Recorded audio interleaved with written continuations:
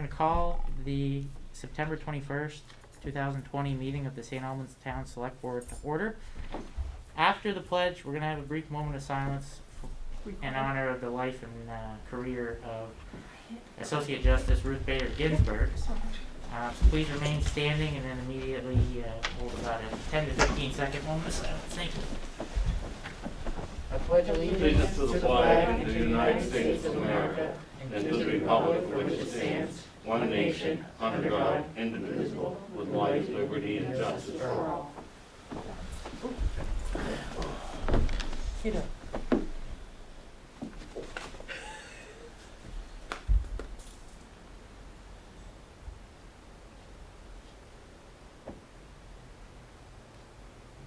Thank you. Okay, on to agenda item number 2. Which are our warrants. Stanley, you have the general fund? I have the general fund. General warrants. 921 to 921.73 invoices, $71,656.41.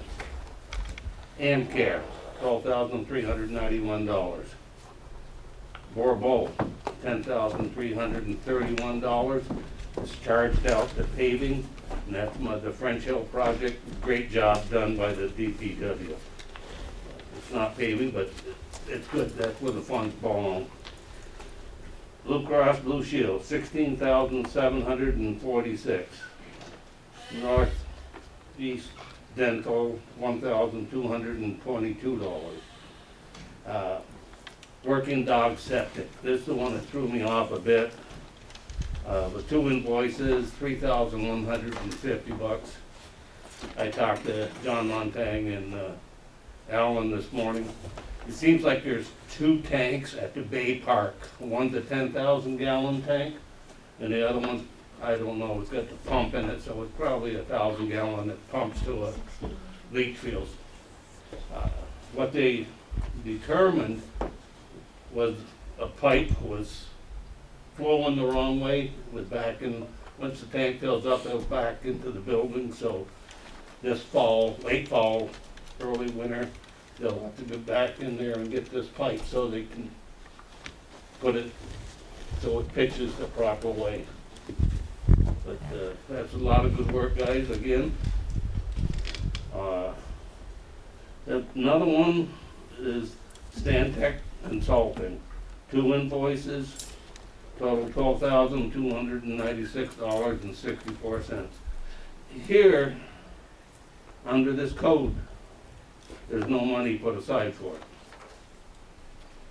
And previously, we had charged $17,871 to it. It's in the zoning administrator's bucket of money, and I really don't know what we want to do, because we're $30,000 with no fees approved for it. So, what do you want to do, Mr. Chairman? I'd ask the staff what, I'm sure there's an explanation for something like that. Well, I wasn't aware of this before the meeting, so I don't have a lot of research on it. We have Stantec doing a couple things. One of them was a grant, so my guess is part of that is a grant expenditure that we're going to ask for money back. We had $30,000 to spend on the grant. Actually, a little more than that, and that was done by Stantec, and we also have them doing the ordinance work. So that specific bill, I don't remember. What does it say on the Stantec bill? The one we talked about just 2 weeks ago, you were going to try to get some money out of the previous year. I think there was $5,000 there. Yep. You said you were going to try to get some to roll back in. I don't know how you made out with that. I don't remember that one exactly, but I mean, when we do grants, it doesn't show up as an expenditure in the expense side, because we expend it there and then you get it on the other side on the revenues. I'll have to look into it. I don't have an answer for that. They did perform these services. I don't know how to answer the question, since I don't know what specific portion of that was done by the grant, if any. I believe this is grants probably for, Thorpe Avenue extension. For The St. cross Albans Health Path. The ones before that, the 17,000, I believe, was, MS4. Yeah. We hired them to do some consulting work for us. We did, yep. I mean, so if it's the grant work, it doesn't show up in the grant. I mean, it's not gonna show up in the budget. We got the grant this year, we're gonna expend it, it's gonna show over on expenses and over on revenues on the other side when we get the money back. Definitely. So is your question more about where it was put? Like the fact that it came I don't from know the how we zoning pay office? for this if we didn't appropriate money. We're gonna get the grant money back, but we have to pay the bill first, is what we're, Right. is that definite, but is that definitely the case? You always have to pay the bills first. Right, definitely, oh, yeah, Before you So, pay but I should see this on the expense, the revenue. side. on the revenue Now, side. now, I seem to recall Ned did giving me something that we were going to be getting money. It's on my desk. I have not received any money yet. I can give you a copy of that if you'd like. It's the Yeah, I amount of looked money, at it's to the the amount of money expense. coming in. The revenue, I didn't see any. Yeah, Well, not yet, no, we have to pay the bill, then we have to prove we paid it, then we can request reimbursement. It takes a little bit of Does time. this get wiped off when we pay the bill? No, No. it's just net, it's net zero, I mean, it's net like 80% of it to the taxpayer once we get the revenues, on the revenue side. I can never book Yeah. revenues to expenses. I have to show revenues and show expenses. That's like the excavator, we got insurance claim on it, but we showed a loss with the Right. equipment. Mm. Yeah. Exactly, Mhm. yeah. I'll give you what Ned gave me, and I don't know, Carrie, if you got a copy, but I'll certainly give you a copy. Yeah, I'll take one. Okay, I'll just continue to follow it and see where it's. Yeah. Sounds good. And another one that jumped out, it's only $370, is Pleasant View Estates Mm-hmm. for their homeowners association. I remember a year ago, we paid for some engineering work on Yep. there. We did. Is this the like every year thing? I thought there was a 5-year plan between, There is a 5-year plan, and we questioned their expense, and it took me, I guess, an additional 2 months to approve this. They apparently were under the impression, from staff here that they had to get an engineer to do their annual inspections. That has been corrected, but they'd already spent the money this year, so I authorized this one-time expense. Cause we're a co-permittees on that permit. but I mean, I think if the homeowner makes a mistake, then we shouldn't pay half of his. Well, I'm not saying that. Carrie's saying that somebody on her staff gave them the impression that it was something that had to happen, so they Correct. went out and did it, came back to the town and said, hey, I did it, here's, what is this, half of the bill or the whole thing? Half. At 50% we pay. So, they came back and they said, well, here's your bill for 50%, and instead of leaving them on the hook for the whole thing, like, we accepted our liability in that. We're kinda, in my mind, lucky that they didn't ask us to pay the whole bill. So, Well, I mean, half is fair, but no more than half in my mind, but going forward, they understand that we Right. do it. It's rare that I see a homeowner in right. these invoices.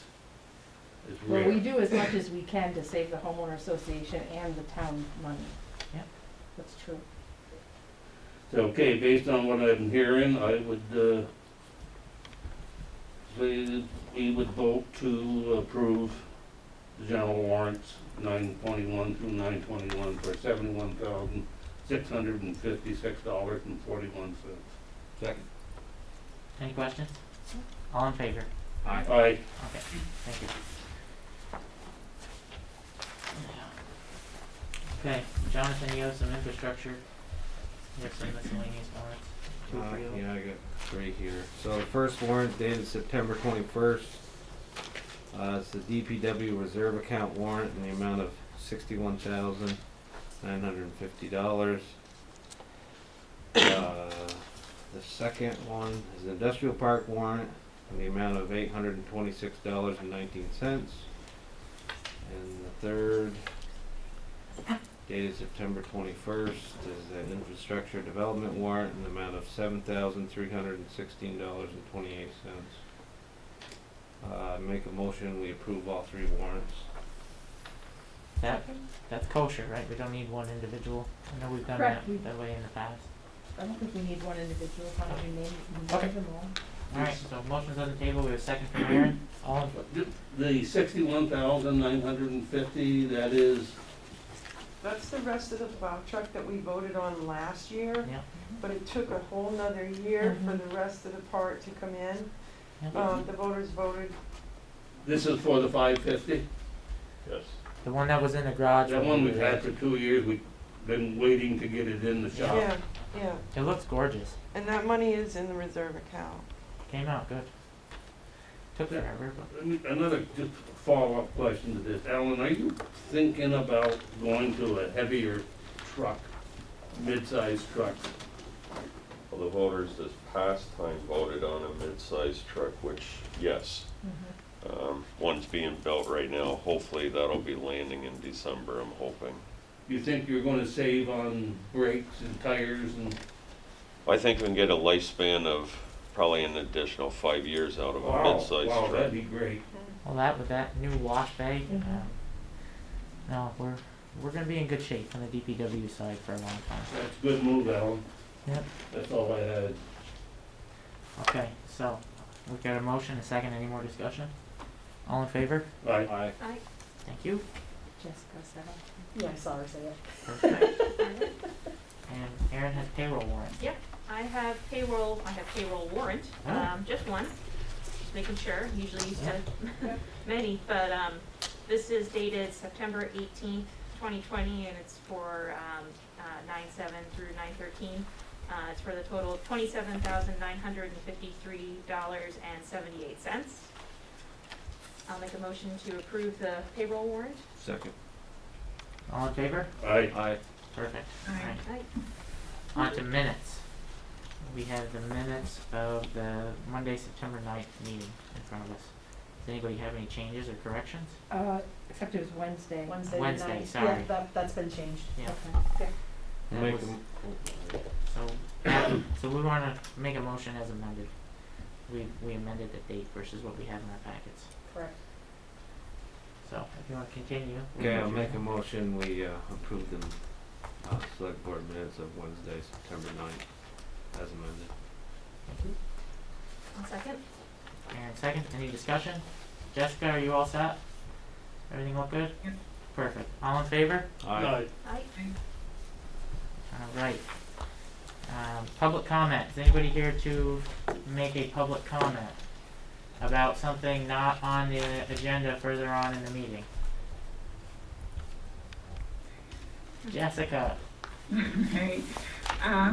So I just wanted to give you guys a pitch an idea and give you a little update.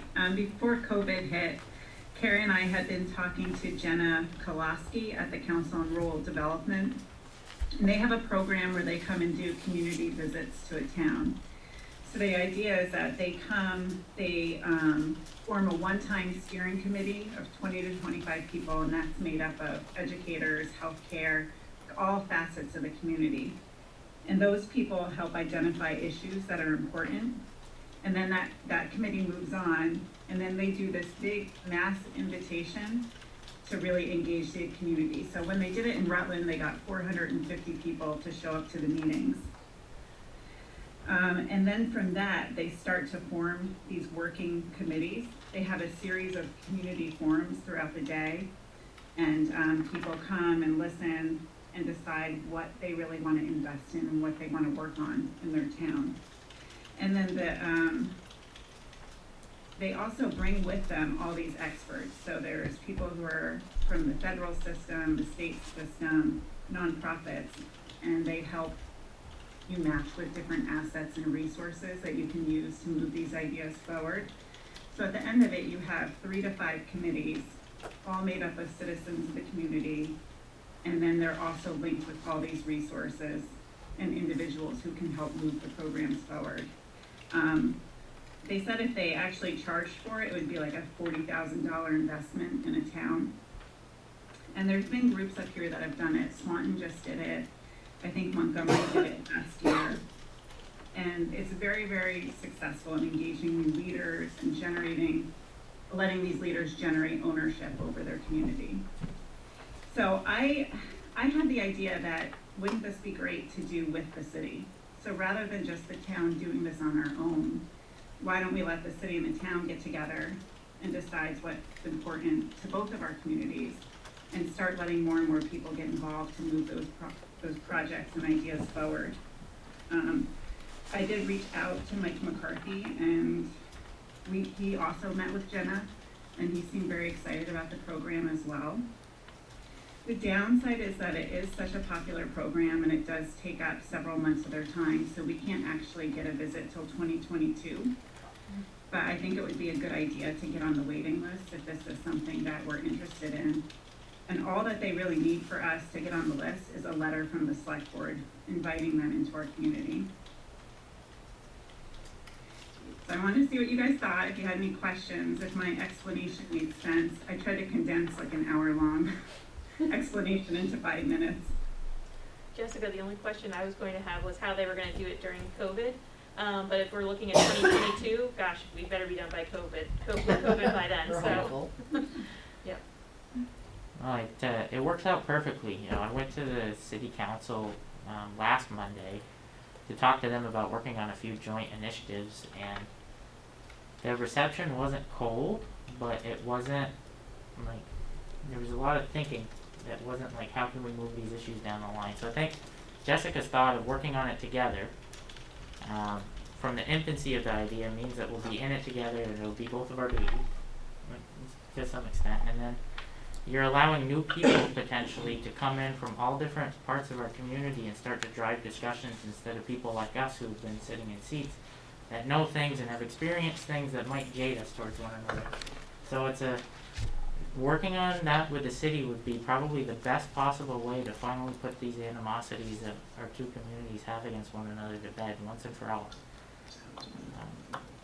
I think that would be an absolutely perfect way to move forward, and I thank you for taking an hour to meet with Jenna and then also to reach out to Mike and all the reading you've done, and that could be really transformative for the community, and it was a very good idea.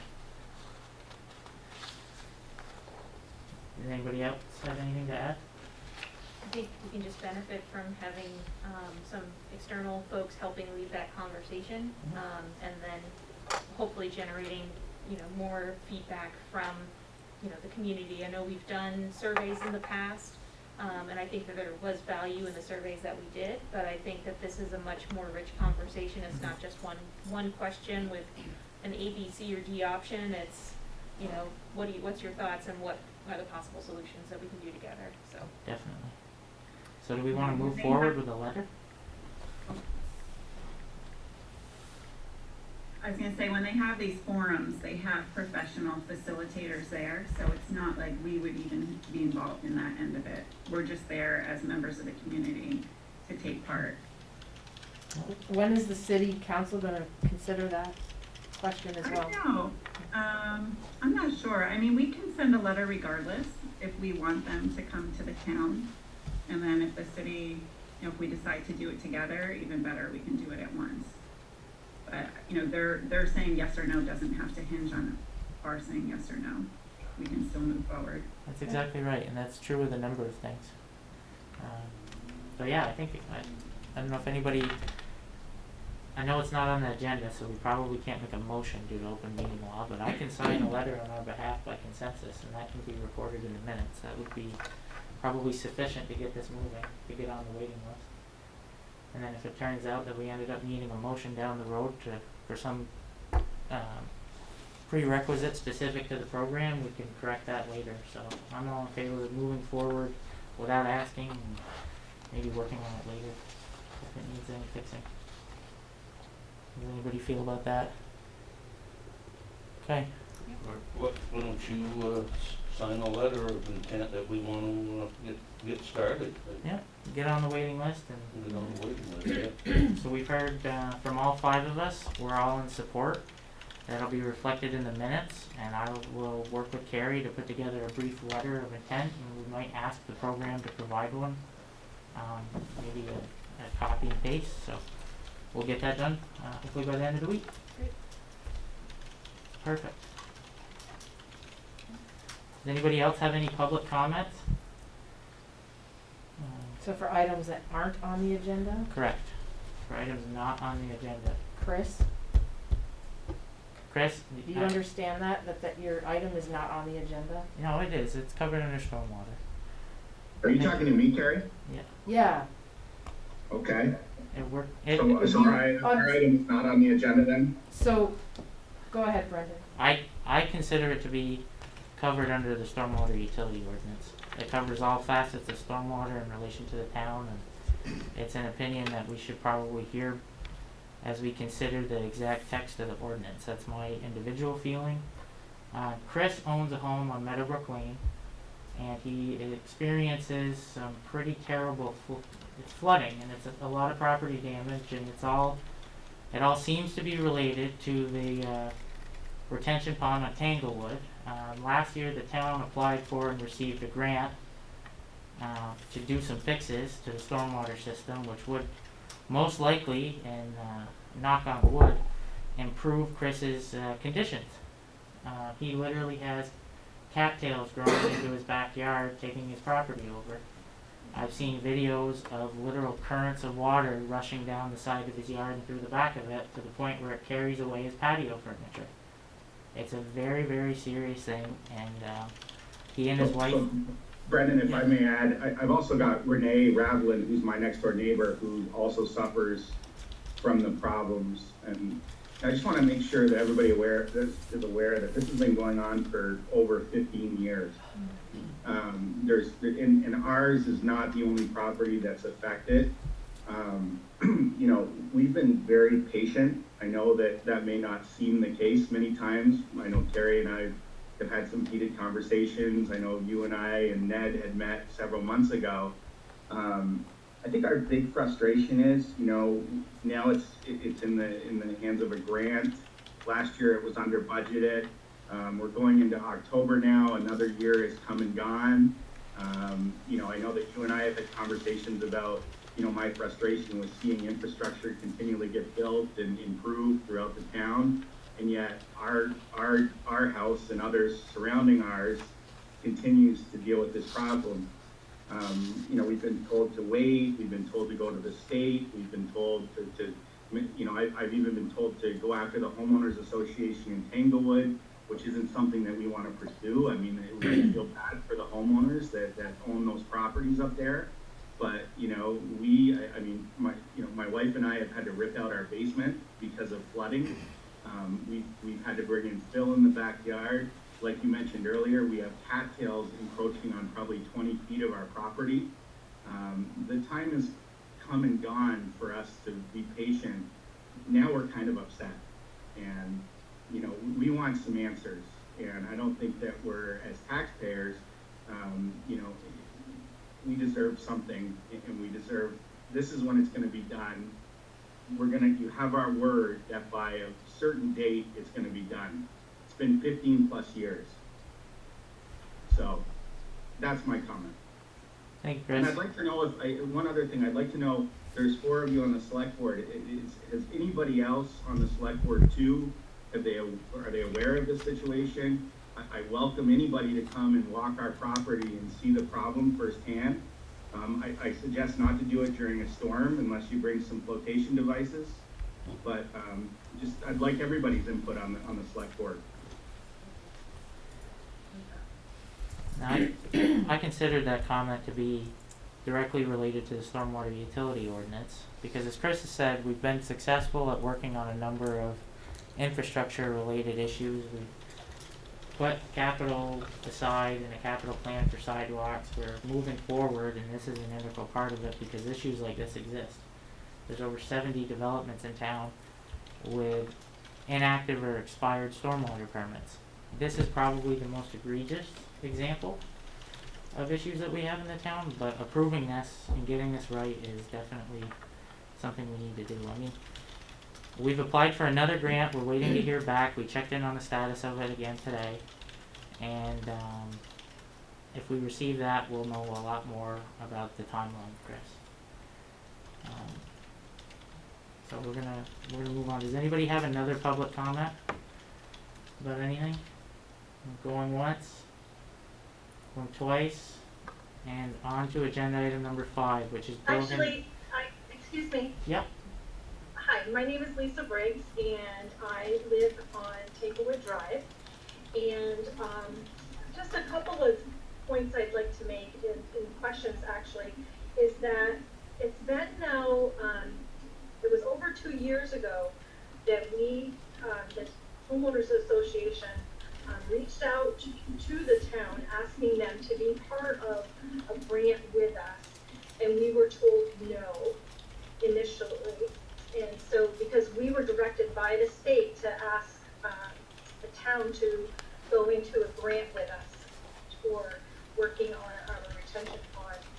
And then, I would say probably maybe it was 6 months or 6 months to a year later, we were contacted by the town indicating that they wanted us to go in, they wanted to use our infrastructure and the work that we had done to apply for a grant and to work with us, the association, on the repairing of this retention pond. The grant was awarded, and the president and the association members have worked with the town in regards to this project. And then it was over 2 years, it was that it was too late to start the project. And then it was that the project came in too high. And then we thought it was going to start this year, and it didn't happen.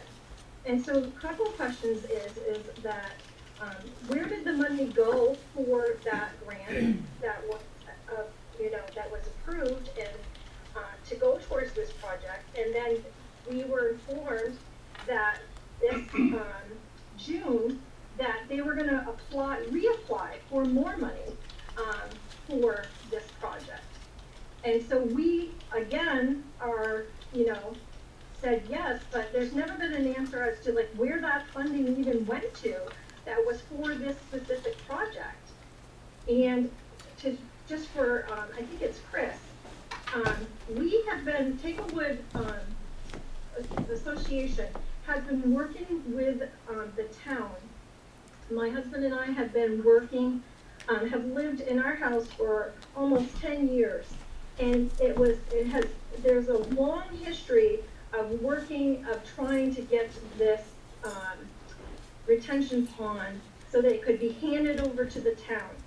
And it was because we were in a lawsuit with one of that homeowner because we didn't have access to the property. We finally got that, we paid it off, and then it wasn't enough. And then we needed to, now we have to build it back up and get it to, the right requirements. So there's a long history of trying to work with the town to do this, and there's just like a lack of trust, and like we've been working, like I said, this has been going on before my husband and I even, started here, because it all started with our town road, our road, which used to be maintained by the town, that all of a sudden stopped. Lisa, if I could, Carrie, could you respond as to why the road's no longer being maintained, or It's Alan? really hard to understand you, and to hear you. Brennan, we can't hear you. Use Carrie's mic. If you could use a different mic or get closer to it, it's really hard to understand. Are we drawing from all of these individual mics right now? I thought we Yes, were, but simultaneously, yeah. Yeah. Because I'm getting No, the you sound. can't hear him. You can't hear him. All right, let me turn it up a Okay, little so bit. you Bring asked the for- microphone closer, Brennan. Bring that No. microphone. That thing is so sensitive and it's right in my face. I mean, It's okay, you might be talking, bring it more forward to you. I have it is on. this any better? That's much Yeah. better. That's better. Okay, good. Okay, must be the mask. Carrie, could you respond to Lisa about why we no longer maintain the road?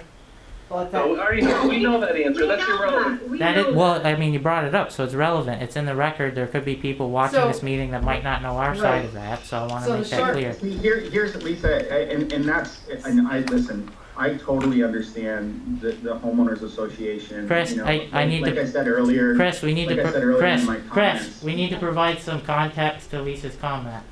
We'll circle back and we'll allow another Okay. comment Go in a ahead. moment. So about the road, there's a reason why we no longer maintain it. Carrie, could you elaborate on that?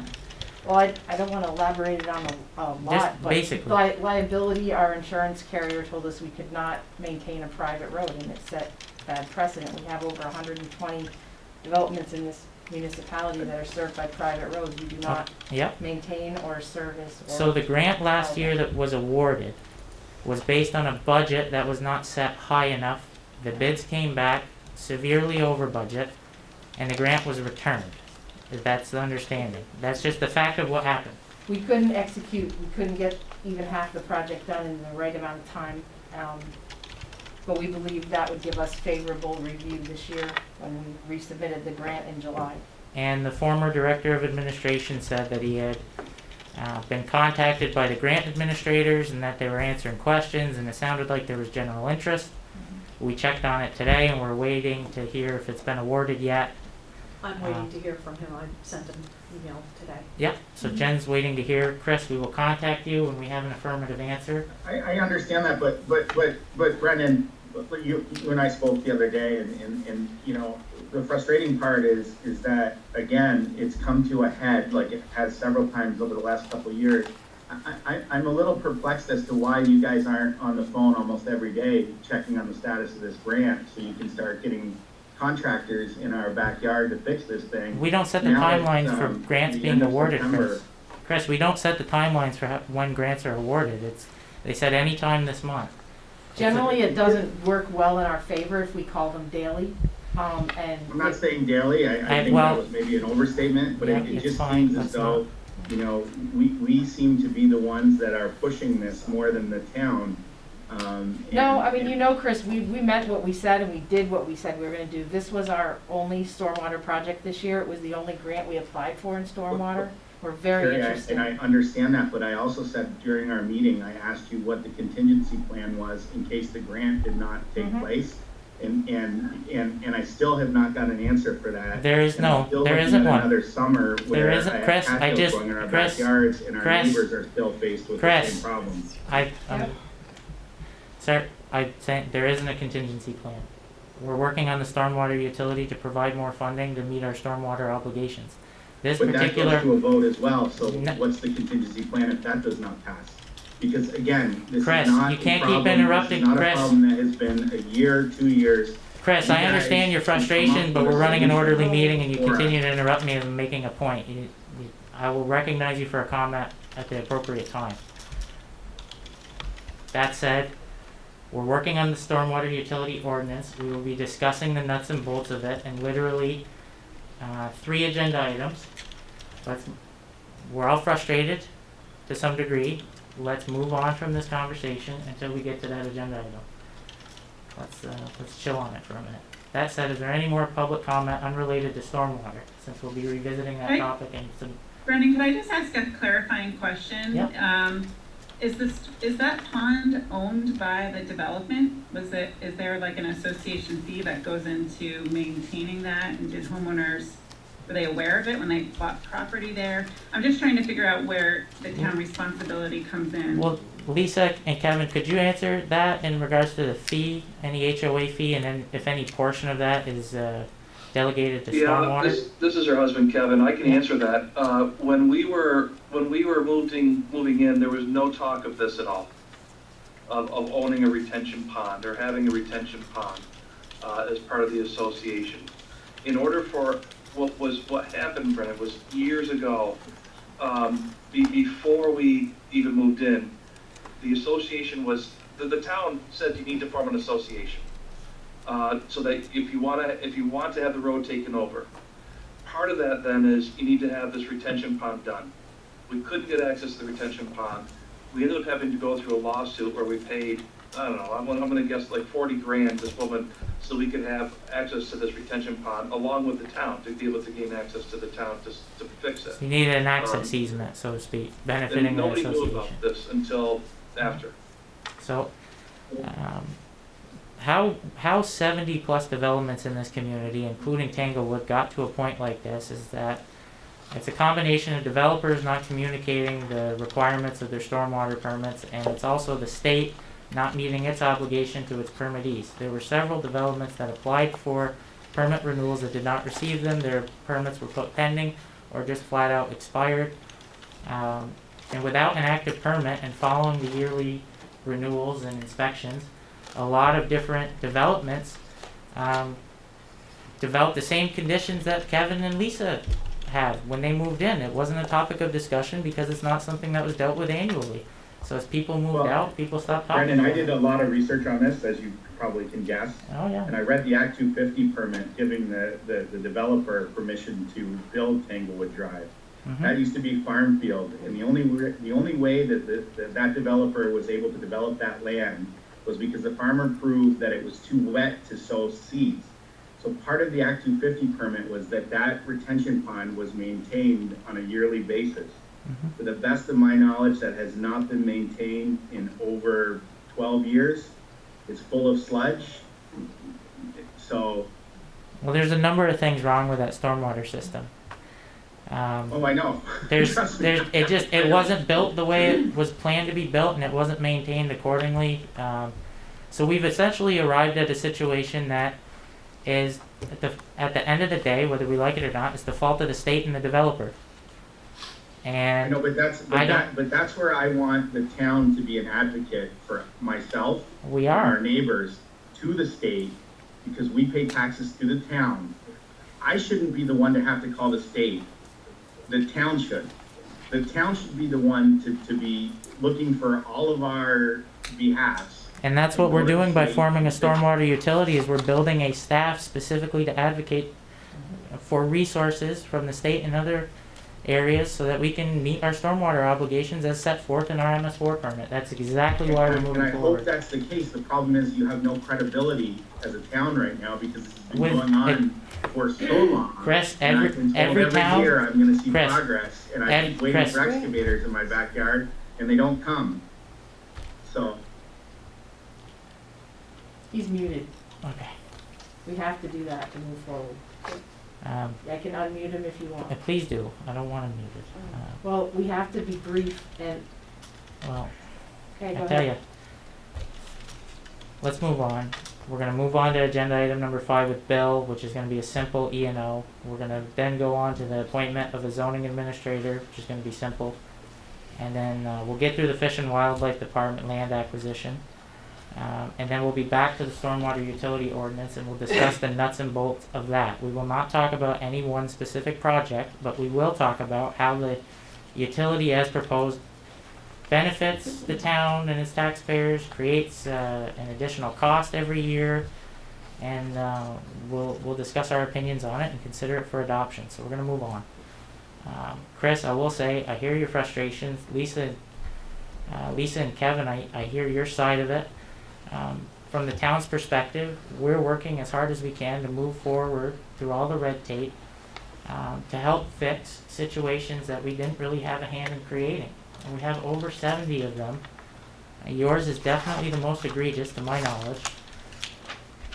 We need to build a staff, and that $65 per residential unit fee and the stormwater utility ordinance is directly to help us move forward with that. And I hope we get the grant, and if we do, and the bids meet the parameters of the grant, which they should, considering this is the second time around, in that circumstance, you will see excavators in your backyard. What date, I can't guarantee, but we're working to that effect diligently.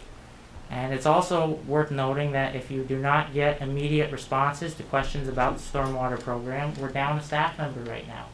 The normal member of staff, the director of administration, who handles this program, or has handled it to date, is no longer with us. We're actually going to meet here after this long meeting to have another long meeting to discuss that job description. So again, with that in mind, we're going to move forward. We've got a long night ahead of us. Feel free to raise your hand, and I'm sure somebody will catch you, and then we'll allow another public comment under agenda item number 8. But until then, unless somebody else has an unrelated public comment, we're going to move on to agenda item number 5.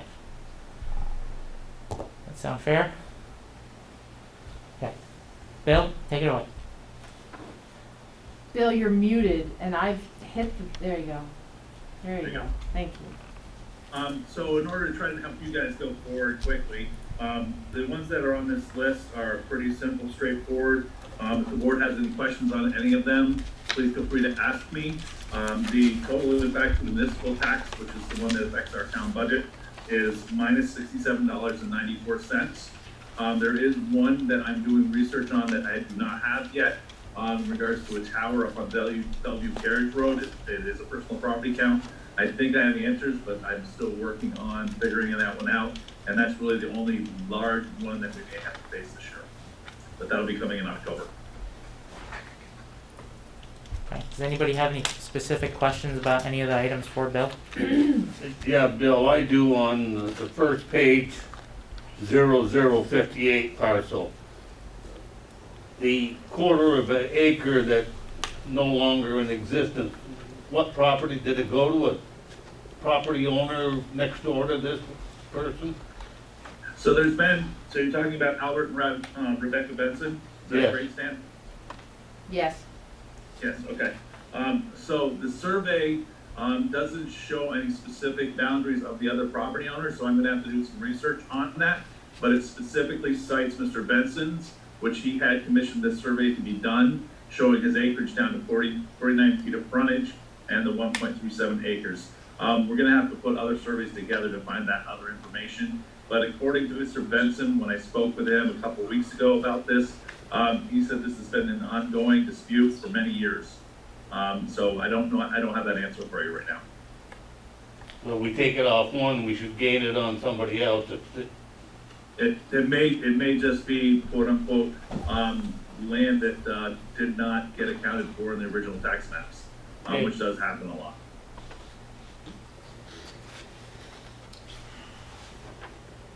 Any other questions for Bill? Okay. So, would anybody like to make a motion to accept the errors and omissions? I'll make a motion to accept the errors and omissions.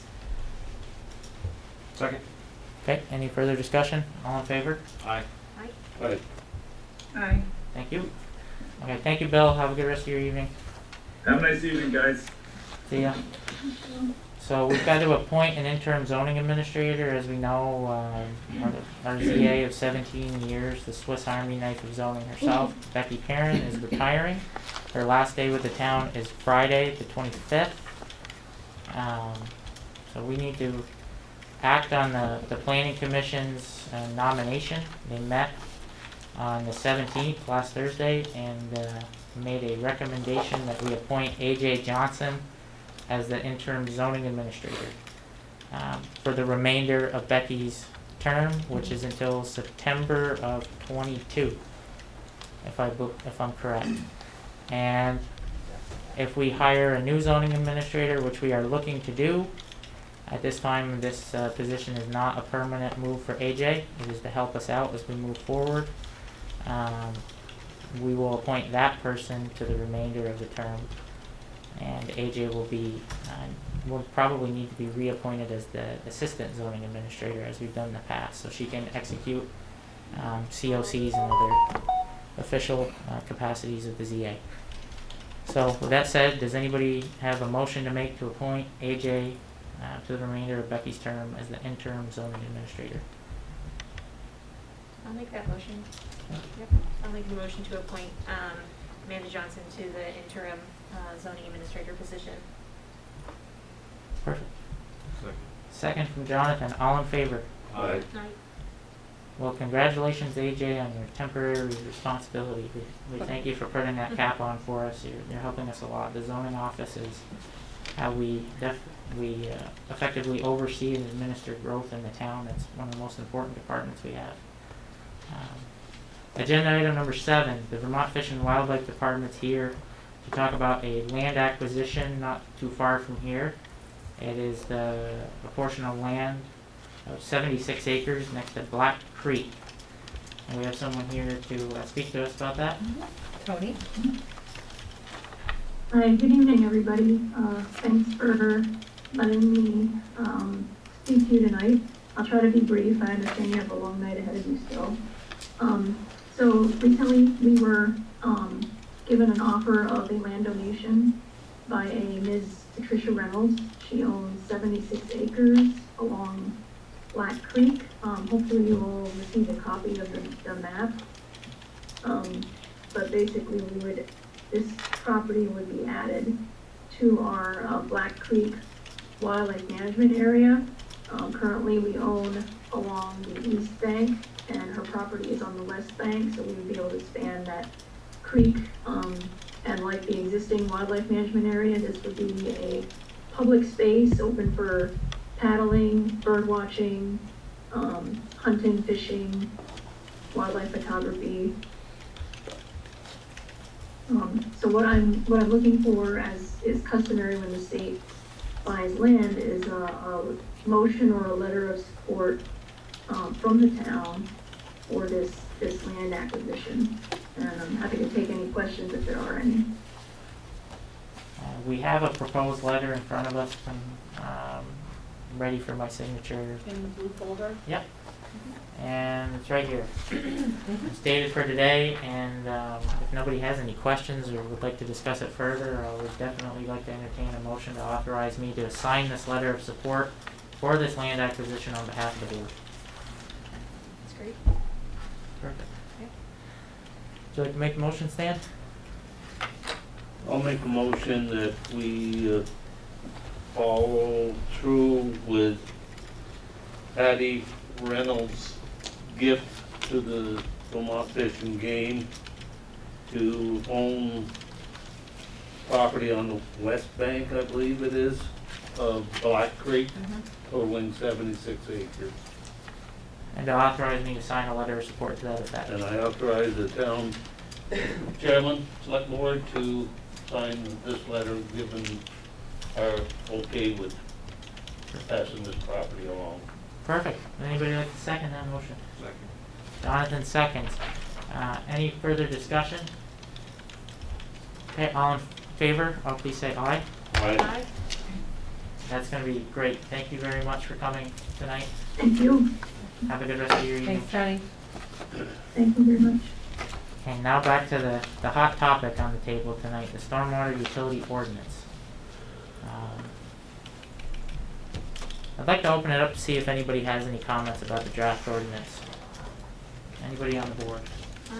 So I'm also on the planning commission, for folks that don't know that.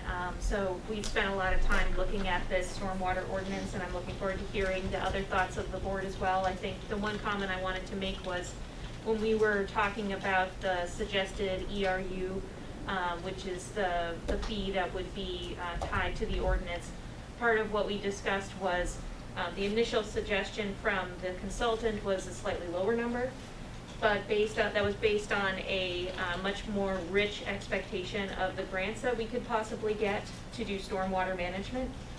We, the planning commission, thought that that was an assumption that might be too rich for our feelings of comfort, so we wanted to make sure that the stormwater utility had enough funds in it for us to meet our obligations without having to depend on having a grant. So we tried to write that into our suggestion of the ERU of $65 a year per ERU, so that way even if we don't get a grant, or a grant doesn't come through in the way that we want, we still would have funds available to start working towards our obligations. So that point is directly related to the discussion we had earlier in the public comment, and it's a good point. I want to thank Aaron for making it. Does anybody, do you have any further comment on the draft utility as it sits? Aaron, you good? No, not this time. Thank you. I'm sure I'll have other comments as we talk. Definitely. Jessica, do you have anything? Okay. Jonathan? Stanley? Yes, we have some developers out there that did the right thing. I have a letter from one of those developers. You do? Right here. I also talked probably to that same developer, Yep, and I've got to agree with that person. I do too. Uh, So I've got a letter here from Richard Cummings, an area resident who owns Mapleville Depot in the town, which is a growing commercial development. And Richard's actually served on our infrastructure development committees before and has greatly helped us on the issues of town hall and other items. So he reached out to me Friday with a really good point that I had actually discussed with our former director of administration when I was on the planning commission. And it reminded me of a whole series of discussions that we had had. And I think something just died on the vine. But Richard sent a letter saying that right at Mapleville Depot alone, he has built a stormwater pond costing $70,000 to construct, and an offset pond that cost $118,000 to take care of any discharge a stormwater pond might let slip through.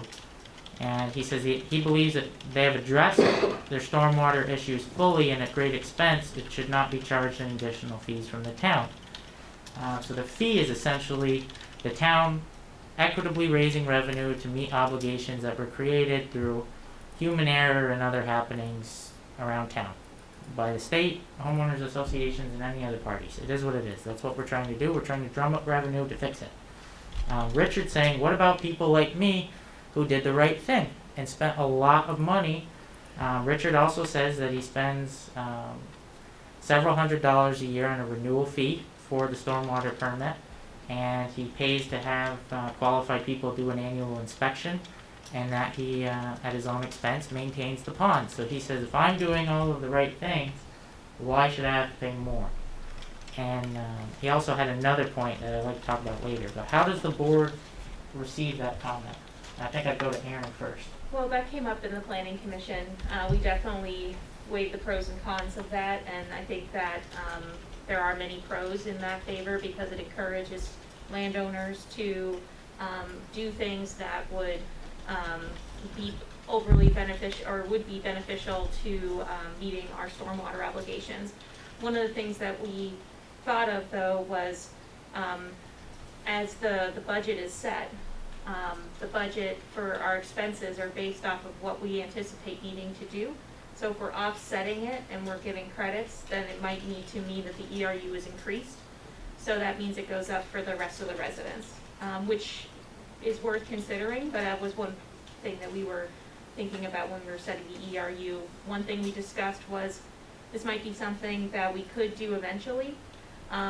We did want to leave space for that conversation in the future. We recognized that there was a need for staff to support the stormwater work. So wait till, let's get the stormwater utility up. Let's get it going for a year. Let's get staff onboarded. And then when there's that staff time, when there is the time to work on it, then work in how that they can work in the credits for folks that may be doing that work and seeing how much work that we need to do. We also realize that once the work gets started, the budget might need to change based on how many grants we get. So there may be in a year or two a change to the ERU based off of everything that we learned through actually having a stormwater utility. So when Ned was last here, he said that we were setting a ERU of $65 from the get-go, even though we didn't need the whole amount to build up a fund balance. Is it possible that we could keep that $65 amount in place to build up that fund balance and then make any adjustments?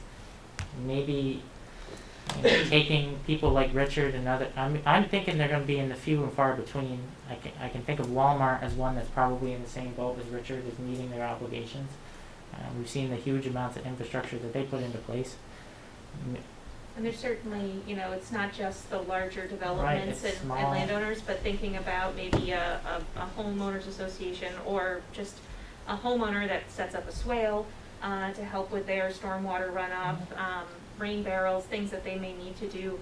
So it becomes both, large chunks of money and then also the administrative time to track smaller amounts of money and then make sure that those are still maintained over time so that we can do that. So I think that it encourages everyone to take part, and eventually if everyone's doing their part, then the ERU could be diminished over time. But I think that, our argument was front-loaded a little bit, A, to get the staff, B, to understand that there might be some unexpected contingencies. It also reduces the variation in what the ERU might be based on the budget. If it's set at one thing, at one rate for a period of time, we're not having to slowly increase it year over year to residents, which I don't think folks want to experience that either. Especially where it'd be only a couple dollars, but it's still a change every year. So it's easier to communicate, I think, the 65 flat Right. fee. So, I guess one side of the table we have Aaron's thought process that the planning commission went through, which is a very solid it's logical. And then we have folks like Richard on one side, and there's got to be a solution for them that could be considered against the solution that the planning commission came up with. And before we can even weigh that, I think we should spend a minute trying to identify what that second option might be. Stan, did you have? What is our administrative cost going to be out of this sum of money? Part of the administrative costs would be determining what the ERUs would be for non-residential units, so non-residential properties. We can do that with aerial maps. I think I'm not sure if they're the GIS maps, but there are maps and overlays that you can do that. It might also require some staff time to trace the actual non-permeable surface. That may not be a lot, but also chasing grants, doing that work, working on supporting the projects, working with homeowners associations. Those are some of the things that we can think of, and I'm sure also just managing the funds that are coming in and making sure they're going out appropriately in the project sense. Aaron, isn't it much larger than just retention ponds? Yeah, I mean, it's also, I think there's also pieces of it that are also related to, new construction. So not all new construction is going to have a retention pond, but they're all going to, move dirt, and you have to be able to assess whether the dirt is staying put and going into the water, what's the distance from certain waterways. There's lots of pieces. It's not just a retention pond. It's also any developments. So. The big piece where I see for expense is maintaining these brooks, the impaired brooks. Mm-hmm. Once the state has declared we're impaired, do we ever, no matter what we do, stop being impaired? I'm not an ecologist, so I couldn't say if that is a possibility. I would hope that, we've seen other watersheds that have been able to make improvements over time. Is it gonna get back to the way it was before it? I'm not sure.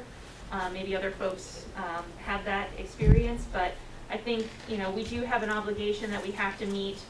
We have to make improvements by 2035, I think? Or is it later than that? It's somewhere in that, it's a 30-year plan. Right, yeah. Whatever the year started. Yeah, so, we have to work towards those improvements. I don't know if the goal is to be pristine at the end of that time, but certainly improve from where we're at. Being a bit of a libertarian, I hate people telling me I've got to do this. And when the federal government tells the state that we have to do it, and they don't provide us any resources, very little resources. Well, they've got Act 76, which the governor signed in Bay Park last summer, provided about $55-60 million a year in the state's general fund for clean water funding. And I had one of our state senators reach out to A&R to see, out of their first full year, they spent $48 million, and about a little under $500,000 came back. And to Franklin County. And the only reason the money came back to Franklin County was that good committees like the Clean Water Advisory Committee with Regional Planning, which Alan is our representative on, and Kent Henderson, who's on our Zoom meeting, Dr. Kent Henderson, who's the president of Friends of Northern Lake Champlain. They have their act together, and they are asking for money for specific reasons. Now, we can get access to that money too, is my understanding, if we have a specific, coherent, logical reason, and we ask. Now, I asked that state senator when I saw that number, less than $500,000 against $48 million for Franklin County total, including the Missisquoi watershed, and I thought to myself, that's really bad. But then he explained to me that number would have been zero if you didn't have the few groups that you have that work as diligently as they do, and if you get your act together and start asking specifically for certain projects, the number will go up over time, and you'll get the funding. And I think also a stormwater utility, just having that probably is going to get us access to different kinds of grants, because we'll be able to match in a way that we wouldn't necessarily be able to otherwise. So just having a stormwater utility is going to get us access to funds that we don't necessarily have to have right I mean, now. I can remember 3 years ago on the planning commission when we were talking about this, maybe 2 years ago. It was always the goal that no matter what stormwater project we took on, if it was on private property, that the town would contribute 20 to 25% of the total cost. The homeowners association and landowner would contribute 25, and the goal always was to get 50% from the state because they had the biggest hand in dealing these terrible cards. So we're trying to come up with our money and the oversight to make sure that not only we get the 50% from the state, that the amount that we're investing 25% in of everybody's money is worthwhile, and that whatever improvements we do are maintained accordingly so that we don't end up back up at square one in 20 years. It's a lot of moving parts, and this ordinance is not, it's not an easy or fun read. It's very intricate. You could argue all day long about the wording in some of the sections, but at the end of the day, you get people like Chris who come and make points like they make, and you know, this isn't just an issue that we have to move down the line. Like, town hall is an issue we have to move down the line. We need a new town hall. But not having a town hall isn't flooding one of our residents' basement, or multiple residents. So like, I can understand when Chris says he's really frustrated that we're working on these macro, all-encompassing things like sidewalks for the town and doing a joint committee with the city to talk about economic development. But we have a habit of dragging our feet a little bit when it comes to the nitty-gritty, like a stormwater utility. I mean, we blew up the sidewalk ordinance and the funding mechanism, and then we never replaced it, and that was several months ago. So It's coming back at some point. no, it is. It is. It'll be bad. It's not like we haven't been working on that. No, I'm sure. It's Yeah. just, you know, a lot of folks, you know, we warn the agendas, we take minutes. Do a lot of people read them? No, we've all got busy lives, but I mean, this letter from Richard, you know, in our case at Mapleville Depot, we have a stormwater pond costing $70,000 to construct and an offset pond that cost $118,000 to take care of any discharge the stormwater pond might let slip through. We believe that we have addressed our stormwater issues fully at great expense and should not be charged any additional fees. What's our response to that? That's my question. I think Aaron's response was wonderful, that even if you approve this, we're gonna work on a credit, and he could get a credit in the very near future once staff is on board. If we know that's the case, how do you feel about that, Stan? I know that you had. Yeah, if you read Mr. Henderson's letter Yeah, and on the he's, back page, Yeah. without adding an oppressive administrative task, it would be good to investigate a credit system Yeah. for residents that have already embarked on using water Mhm. infiltration practices such as rain gardens, rain barrels, lawn. Yep.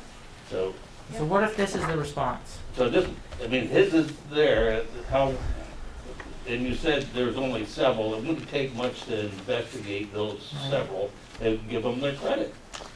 Yeah, But so but I mean, if there's only several of the larger ones, or with, I mean, it could also be the rain barrels. It could also be, Yep. you know, there's a lot of. oh, Ned and I And I had think talked. to have the credit system be really thoughtful, it is gonna take some time to make sure that, you know, cause it's going to be like part of the way there, maybe it's not 100% credit, so what percentage does it have to be done?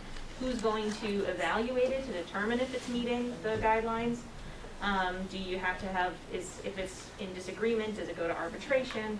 You know, I think that there's some other steps that, you know, as the planning commission, you know, right now it's all theoretical, right? I mean, our stormwater utility, we know what we want based on what we are expecting.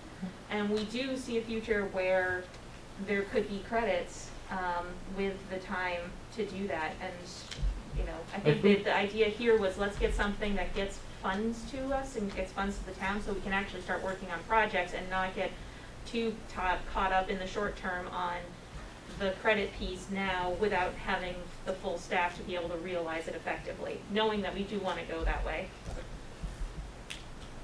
Well, maybe we could go in the other direction too and consider, you know, maybe if somebody has an active stormwater permit or a homeowners association or something, we can set up a very minimal, easy to follow, maybe five criteria or something, and if you meet one of them, you don't have to pay the fee for the first year, to give us some time so that we're not taking money from people that probably shouldn't be giving it to us, but we're also getting funds from the folks that should. Well, what if it was maybe not a credit, maybe it was a pause until it could be assessed? Correct?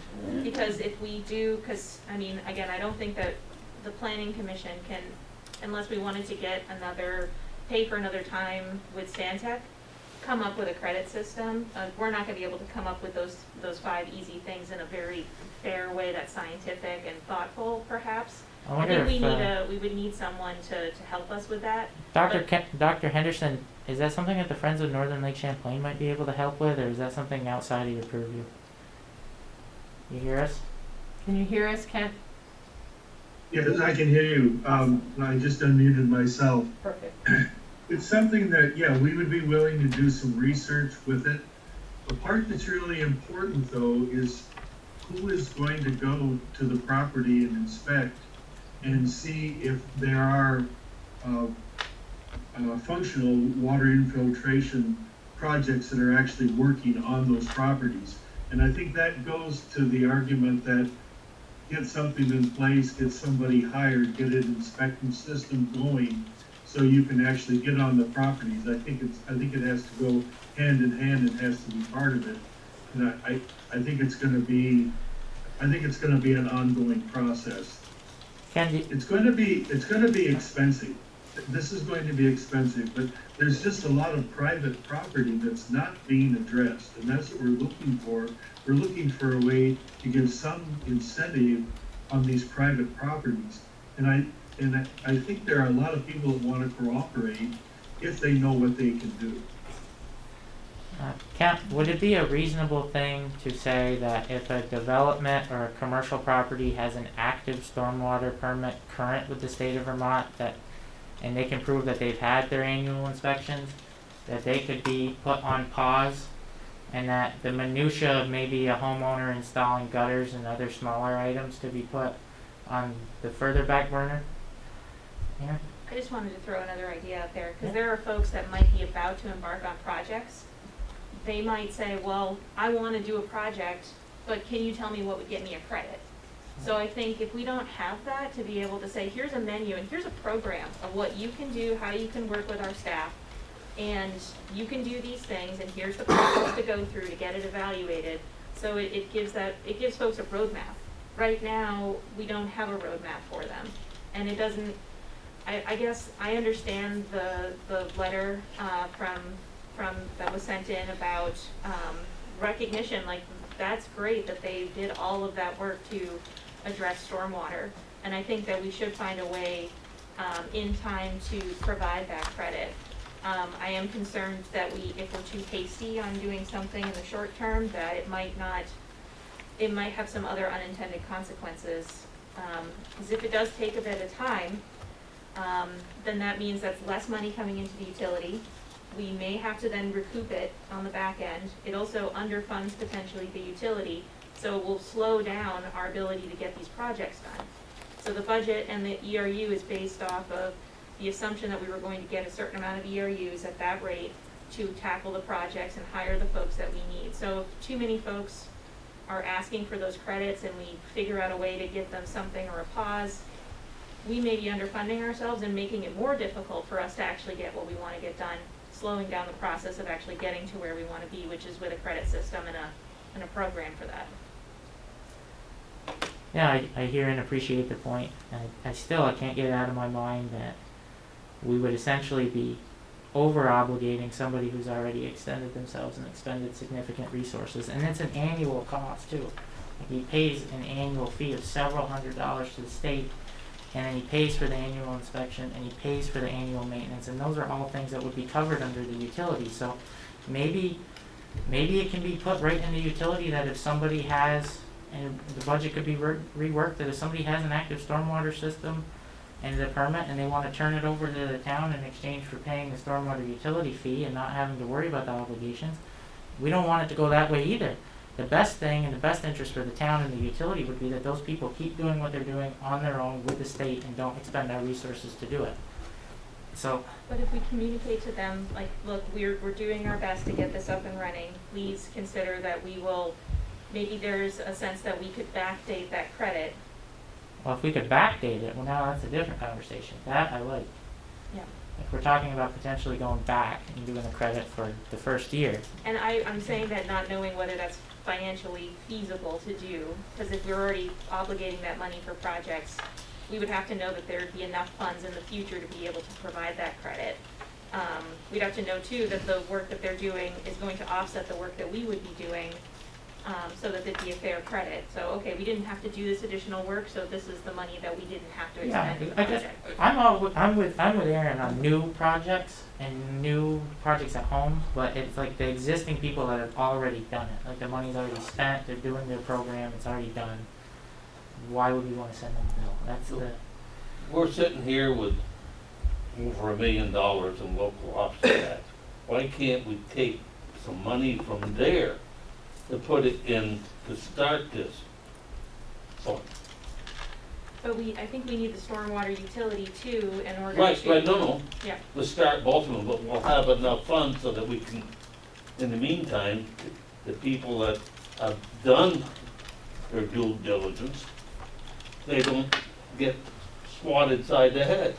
So, I mean, I don't disagree with that idea of, if you're talking about development, funds to work on that, but I think that's also saying, okay, we're going to take the funds that the taxpayers have said we're going to put towards these development projects. We're going to put them, we're gonna use them on these projects because we're going to, give a credit to certain property owners. And I don't know if, we're asking the town to take funds to help offset a credit. well, at the end of the day, it's all about who's liable to pay it and why. I mean, we're paying it, I know Alan's got a point, so we'll move on to Alan, but we're paying and starting this, and we're all gonna pay this fee because there's stormwater utility obligations that we're all collectively not meeting. And the state of Vermont's told us we have to meet them by a certain date, and it's gonna cost a lot of money. Dr. Henderson was right, it's going to be expensive. And we're creating a utility because it makes it run on its own budget. The money goes there, the expenses are all recorded separately, it's a very transparent way of doing it. It's similar to the industrial park account. Exactly, so it'd be its own separate check. It's the exact same thing. It'll be its own separate check warrant, it'll be its own, there'll be somebody there to direct it with Alan, and, it's just, if there are people already doing it, are they liable to pay that? Like, I'm an individual homeowner in the town, I own no other property, I think that's the case for all 4 of us, maybe all 5 of us. And we're all gonna pay it. And I don't think there's a single one of us in an active homeowners association. Well, I have a fee every year I pay because of my septic system that is in order to keep it maintained. That's a state required fee that I pay Yeah. because of my innovative model of a septic system that I have. So that's an additional $350 that I pay to maintain that. I mean, I don't know if I would get a credit for a couple of years as a result of me doing that to keep effluvia out of the stream. Well, that discussion of like, I don't know that we can't throw out a wide net that hits a few people that would be paying the most money, and then work on the minutia of it after. So if it's, I think, for folks that would be paying the most money, individual taxpayers, I think everyone has a right to be able to get a credit, I would think, because, I don't have my own accountant to manage things, but I do have a fee that's related to improving water quality, so. Yeah, I don't know. And there's a lot of folks that have very similar box mount systems down on, Laquan Shore. Well, I'm sure it'll become a topic of conversation, and the planning commission or whatever body will discuss it at great length, and if it ends up on the list, I'm sure it sounds like it's a definite expense that everybody pays into, and I don't know what the credit could equal, but I'm sure after some expert advice, we'll be able to figure that out. And It'll take time. I'm not saying that I want the credit. Right, but I'm you're just saying it could be, there's a million different, that's you saying there's a million different ways that we could get a credit. Well, we're People could- sitting here, Yeah. $65 is not much, as far as I'm concerned, for my house. Well, what about Mr. Cummings? How much would his be? Is it $600 or? It depends on his impervious So surface. it's however much his parking lots and his buildings and his sidewalks all add up to, divided by 3,500, and then you multiply that number by 65. So if he had 65,000 square feet, it'd be $1,000, right? But in the housing, we took all the housing and grouped it together and said, regardless if I got a half acre, you got a quarter acre. Yeah. We said everybody's gonna be the same. What did we do for industry, It's open-ended. commercial? It's 35, whatever their total impervious square footage is, divided by 3,500, times $65. It's a lot of money. It is. I mean, I really don't think people like Mr. Cummings would have reached out if it was a $65 fee, but it's Right. not, and it can't be, because these properties create Right. by large the largest amount of stormwater. But do we, Um, we're giving a break to homeowners, but we're not giving a break. I mean, the break, there's not really a break to homeowners per se, because it's based off of, it's a residential unit. So we're looking at the average residential unit. Right. So when we are looking at the non-residential units, knowing that they have more impervious typically, we're taking that saying, okay, well, how many residential units worth of non-pervious do you have? So it's not that we're giving the non-residential spaces a bad shake. Yeah. It's just recognizing that their impact is, they have a certain amount of impact that is equivalent to multiple residential units. And if every residential unit person is paying the $65, then they would be paying the equivalent for the amount of residential space. But the other side of that argument is something like what Mr. Cummings done. Right, and it's definitely, I mean, you think about the industrial park, there's a lot of impervious surface down Yeah. there, but there's also, there's a lot of runoff too, that's part of it, and it's, that's just one of the ways that it's calculated, typically for, a stormwater utility, and it's one of the ways of being able to fairly, recognize the amount of impervious that we have across the town. yeah. Can I say something? Yeah, absolutely. It's driving me crazy here a little bit. Sorry. But has the planning commission took in consideration the 3-acre law act? And we don't even have all the regulations on the 3-acre act, so Mr. Cummins would fall under that. So the state has started a new 3-acre act that has to pay in for stormwater. So Richard Cummings might end up having to pay, so is he gonna pay us the money and he's gonna pay the state too? Same with the industrial part. Is that passed? Walmart, yeah, it's in the act, we've been talking about it at the TAC committee and stuff. I don't have all the details, but that's gonna be a big controversy in itself. If Richard's already saying I've got everything up to date, and then I'm paying the state, and then you want me to pay the town too, so that's something we really gotta take in consideration before we finalize anything. That's it. I don't want to move forward with adopting the utility until this vehicle is figured out, and we've got to, like Alan said, take into account what the state's working on too. I really don't want to give anybody an unfair shake here. Can I but- just ask a question then? Yeah, Because absolutely. I'm not familiar with that act, so and you may have just said this and I just wasn't understanding it, so if folks are paying in related to that to the state, does that help the town get funds to help meet the stormwater obligation? What the state is doing, and I can give you a couple landmarks, like the city elementary school, the town elementary school, are two properties that fit into this. If they're not, they have a certain deadline to fix their stormwater issues. If not, the state can put a lien on the property. So small developments that would have impervious up to 3 acres and their stormwater permits aren't up to date, they have to get it fixed, or the state will put liens on all their properties until it's fixed.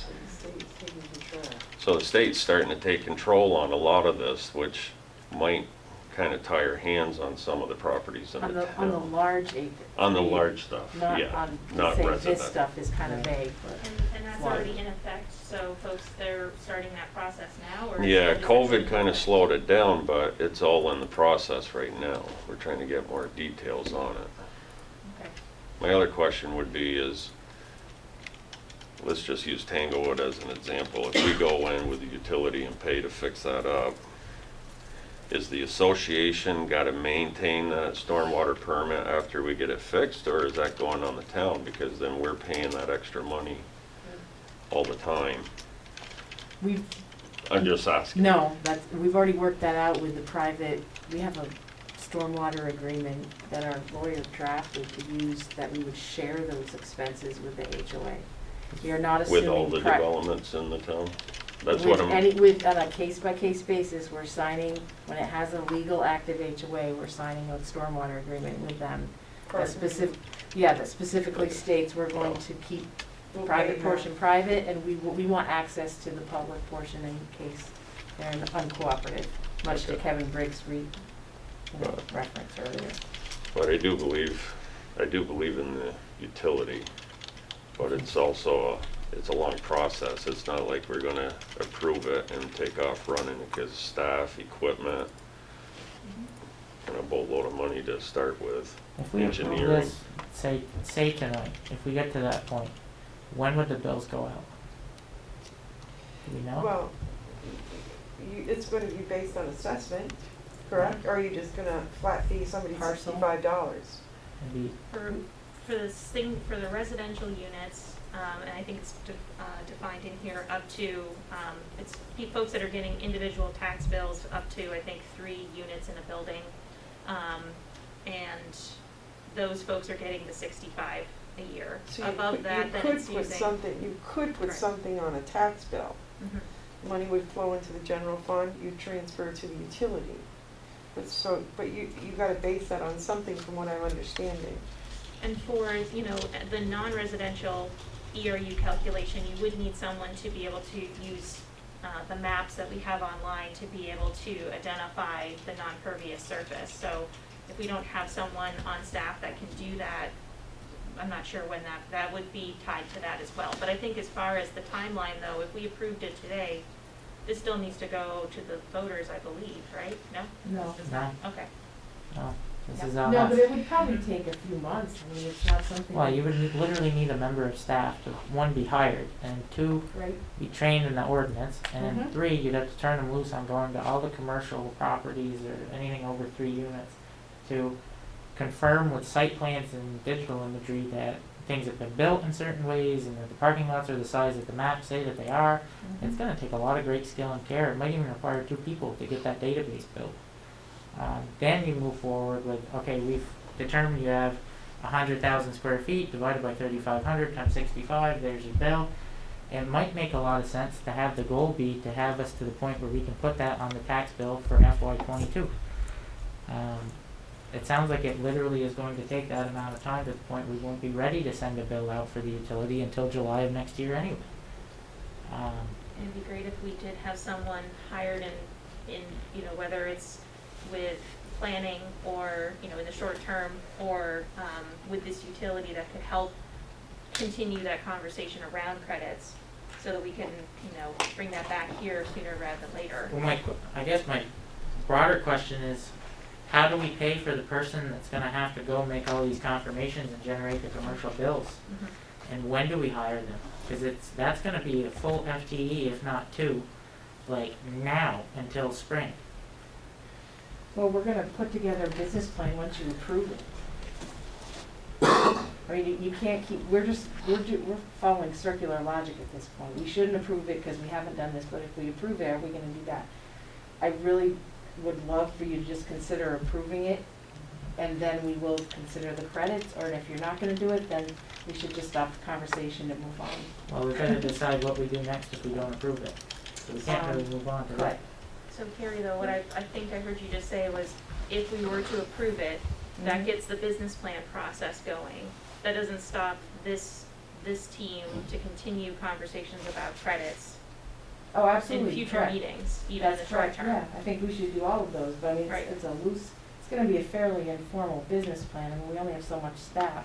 At the moment. Not gonna be a 10-page with an executive summary at the beginning, just to plan out a schedule that would work for us. Now, is there a particular reason why that couldn't be done concurrently with our discussion on credits?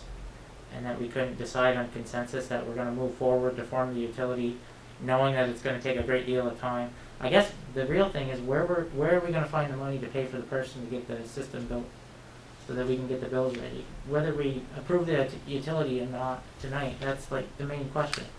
It's gonna take probably 3 to 6 months worth of work.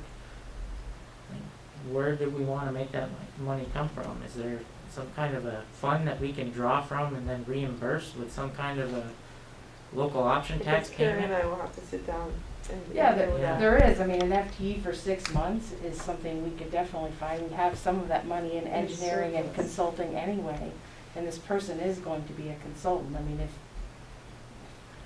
I guess we'll just have to agree on what year it would be, if we started July 1st of 2021? I would think that whoever we hired to work with Alan to admit, because, I mean, they're working with Alan, the way the utility's written up is that the DPW director has control, he's essentially the director of the stormwater utility to some extent. Could the person who sets this database up for us and is an FTE be that person who works with Alan, and they could just immediately get switched over to being paid by the utility once it starts getting funded? And we can find, line item here, there, and there, and take the funds to get it started. We've got to start putting money behind it, or we won't be ready. I mean, whether or not we approve it tonight, we've got to get that part figured out, or we'll never get the bills out.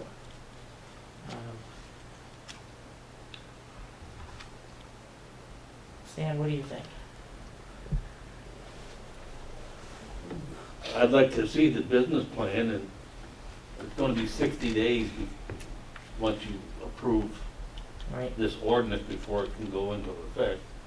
So why put something into effect when we don't know where we're going? We Well, know once what we wanna do, but once we- how do we get there? We once- gotta have a roadmap. Once we approve it, I mean, it goes into effect immediately, but there's a 60-day appeal period where somebody could appeal it. So it's not like we have to wait the 60 days to do it. People could- have 60 days to reject it. We very well could decide as a board that we want to wait 60 days from the date of adoption before we hire staff, because we wouldn't want somebody's appeal to be able to jeopardize a good hire. But, I don't know, I think the person that we end up hiring to do these bill calculations, and in turn maybe even work with Alan in the future as the utility administrator, or whatever the position ends up being, could also be somebody who could help facilitate the discussion on the credits. So maybe the objective right now isn't even to approve this. Maybe we're looking at this as like, this is part of the tools, this is the main tool in the belt, but we need to find a funding mechanism and get somebody hired to do the nuts and bolts to enable us to fully enact this. And part of the nuts and bolts is, one, it's the bill calculations, and two, it's the credit system, and if that ERU has to be adjusted, as we figure out these bill calculations in the credit system, then we can make that adjustment and then approve this, and then send the bill, and just make sure we approve it no later than the beginning of April, let's say. I think my only concern is I think the credit piece is going to be more complex than we're thinking it is right now. I think that in order to do it right and fair, and so we don't create a lot of time on the administrative side dealing with, but I only have, you say I've got 50 feet, well really it's only 35 feet, and or maybe it's 45 feet, like those sorts of gray areas, or looking at comparing to their neighbors,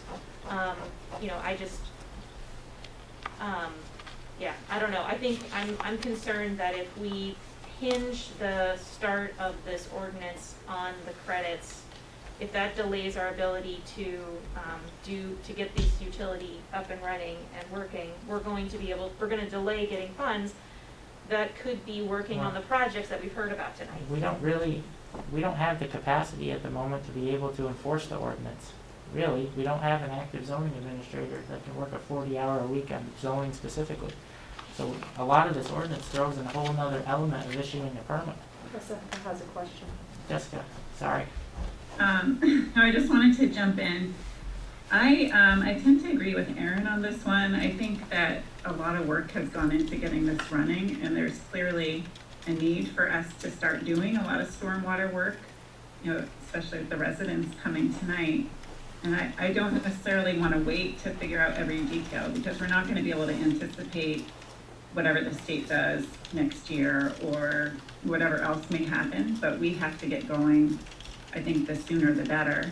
And I do think that we should say there will be a credit system available in the future, but we really need a staff person there who knows stormwater, who can sit down and thoroughly evaluate what would provide a credit and what that value would look like, and to be able to do staff site visits. I mean, it's a lot of work to do up front, and I think we're getting kind of bogged down in the details. The biggest thing that came to mind tonight is that we need somebody to start getting the commercial bills ready. and we need to figure out how that's gonna happen and how we're gonna pay for it. And we need to get that person hired, because we're not gonna be able to issue a bill to commercial users until that happens. So it might work out, you know, one thought that comes to mind is, do we send the residential bills now to get the funding in place to hire that person, to get the utility rolling, and then send out the commercial bills 6 months from now, and we'll just collect them separately? That creates a billing nightmare for the clerk's office if they're the ones administering the fees. And I'd like to have it so the bill goes out in the tax bill in July. That would be probably the cheapest and easiest way. I don't know, there's so much. Can I don't know, if maybe, I'm just curious, Carrie, from your perspective, like, what's the cart and what's the horse in this conversation? From like the towns to administer this? Oh, I really hate making stuff up on the fly. Okay, that's to say fine. that. But I mean, I guess in my mind, I thought we would be able to get this utility approved and then hire someone, and that within 3 to 6 months of getting that utility approved, they would have, certainly if this is one of their only tasks, enabled us to send out bills that would then pay for themselves. That would make it almost cost neutral for that employee. That was my plan. I don't have the map for you. I can't tell you that January 1st it's approved and on February 14th the bills are going out. Happy Valentine's Day, but Yeah. I don't have that in my head, but that's what I was thinking. So whatever year we hire that employee is the same year I would hope and expect that we would be able to send out bills to cover some of their costs. So should we just put a line in the general fund warrant right now for stormwater utility to be reimbursed and start hiring people as soon as we approve this, and then? I don't think you can add to the general fund right now. You can certainly go over budget because it was voted on specifically, Right. that amount. Right. We can pay our bills, and then in the end, when we get a different revenue stream, it's kind of like that grant money. You're gonna see the grant come in under stormwater utility, and the cost to the taxpayer will be hopefully neutral. That's correct, zero, but, correct, that was just my overall plan. And certainly if you go over budget by hiring a person, you could always go back to the taxpayers in March, much like we did this year, to repay the general fund out of a Right. stormwater utility. I mean, ask them to change it from one pocket to the other, but in the end, that utility will pay for its own staff. Will we, I mean, if we're setting up the utility and doing the account, can we just do that? Can we just process an invoice to the town of St. Albans from the stormwater utility for whatever the expenses were? You would create a stormwater utility account, much like the general fund, and you would have to have some startup costs. Yeah. Because you would be hiring somebody, so you would have to have some startup costs. And then we could, when the revenue starts rolling to the utility, we can just process an invoice to reimburse the general fund without going to anybody, really. And then we can move forward and work the utility out. It's just, so if we approve this tonight, we're trying to hire somebody within 1 to 2 months and get the bills out within 3 to 6, is what the timeline sounds like. That's correct, yeah. Okay. It's informal, but that's kind of what I'm thinking. Stan, I can't make up my mind as to. I can't either, to be honest. I know, Jonathan, we haven't heard from you on this one. I didn't see the letter from Mr. Cummings, but I see his point. It's a pretty valid point. I would be a little upset. A little louder. I would be a little upset, and you know, if I was paying to the state, keeping my stuff all up to date, and then he gets another bill from the town, the exact stuff, whether or not we give him a credit or a pause down the road, I don't know how that's going to work out, but I think it's something we need to work out before we send people like that a bill. I mean, people that aren't keeping up with their stuff definitely send it, but you know. We have to have a way to know who those people are and what they say they've done is meeting the state's obligations. And it sounds like this taxpayer sounds like they're doing a lot of good work. And so I'm not putting that person in that camp, but I think that what we're saying is there's shades in this. There are shades of gray, And we have to have something that we can stand on really solidly and say, okay, we're gonna give you half a credit or 25% of a credit based on you doing 25% of what the obligation would be. Well, what's the obligation? What is the impact? We need to have someone to be able to measure that and do that fairly. And if we say, well, it's only for these certain folks that meet this, you know, send us letters or have a certain amount that they have to pay, what does that say to the folks that are getting us halfway there or a quarter of the way there, who are still having to make a payment and having an obligation? And, you know, I feel for folks that have to pay additionally on top of this, because I'll be one of those people on a much smaller scale, Yeah. but I'm one of those people. Well, So, it's and there are other folks out there that, large and small, we're all having to we're already doing that good work. So how do we determine in a very short period of time who those people are in a fair way for everyone while still meeting our obligations? I don't know that. Aaron? Yeah. Aaron, it's Ann. Hi. Hi. You know, I agree with everything you're saying. You know, unless this gets approved, this is the base of it. Unless it gets approved tonight, we really have nowhere to go with it. We need to get the baseline done, and then the credits and everything can be determined after the fact with the hiring of somebody that will do all the details. This is kind of this is the base model of this is what has to be done in order to get this rolling.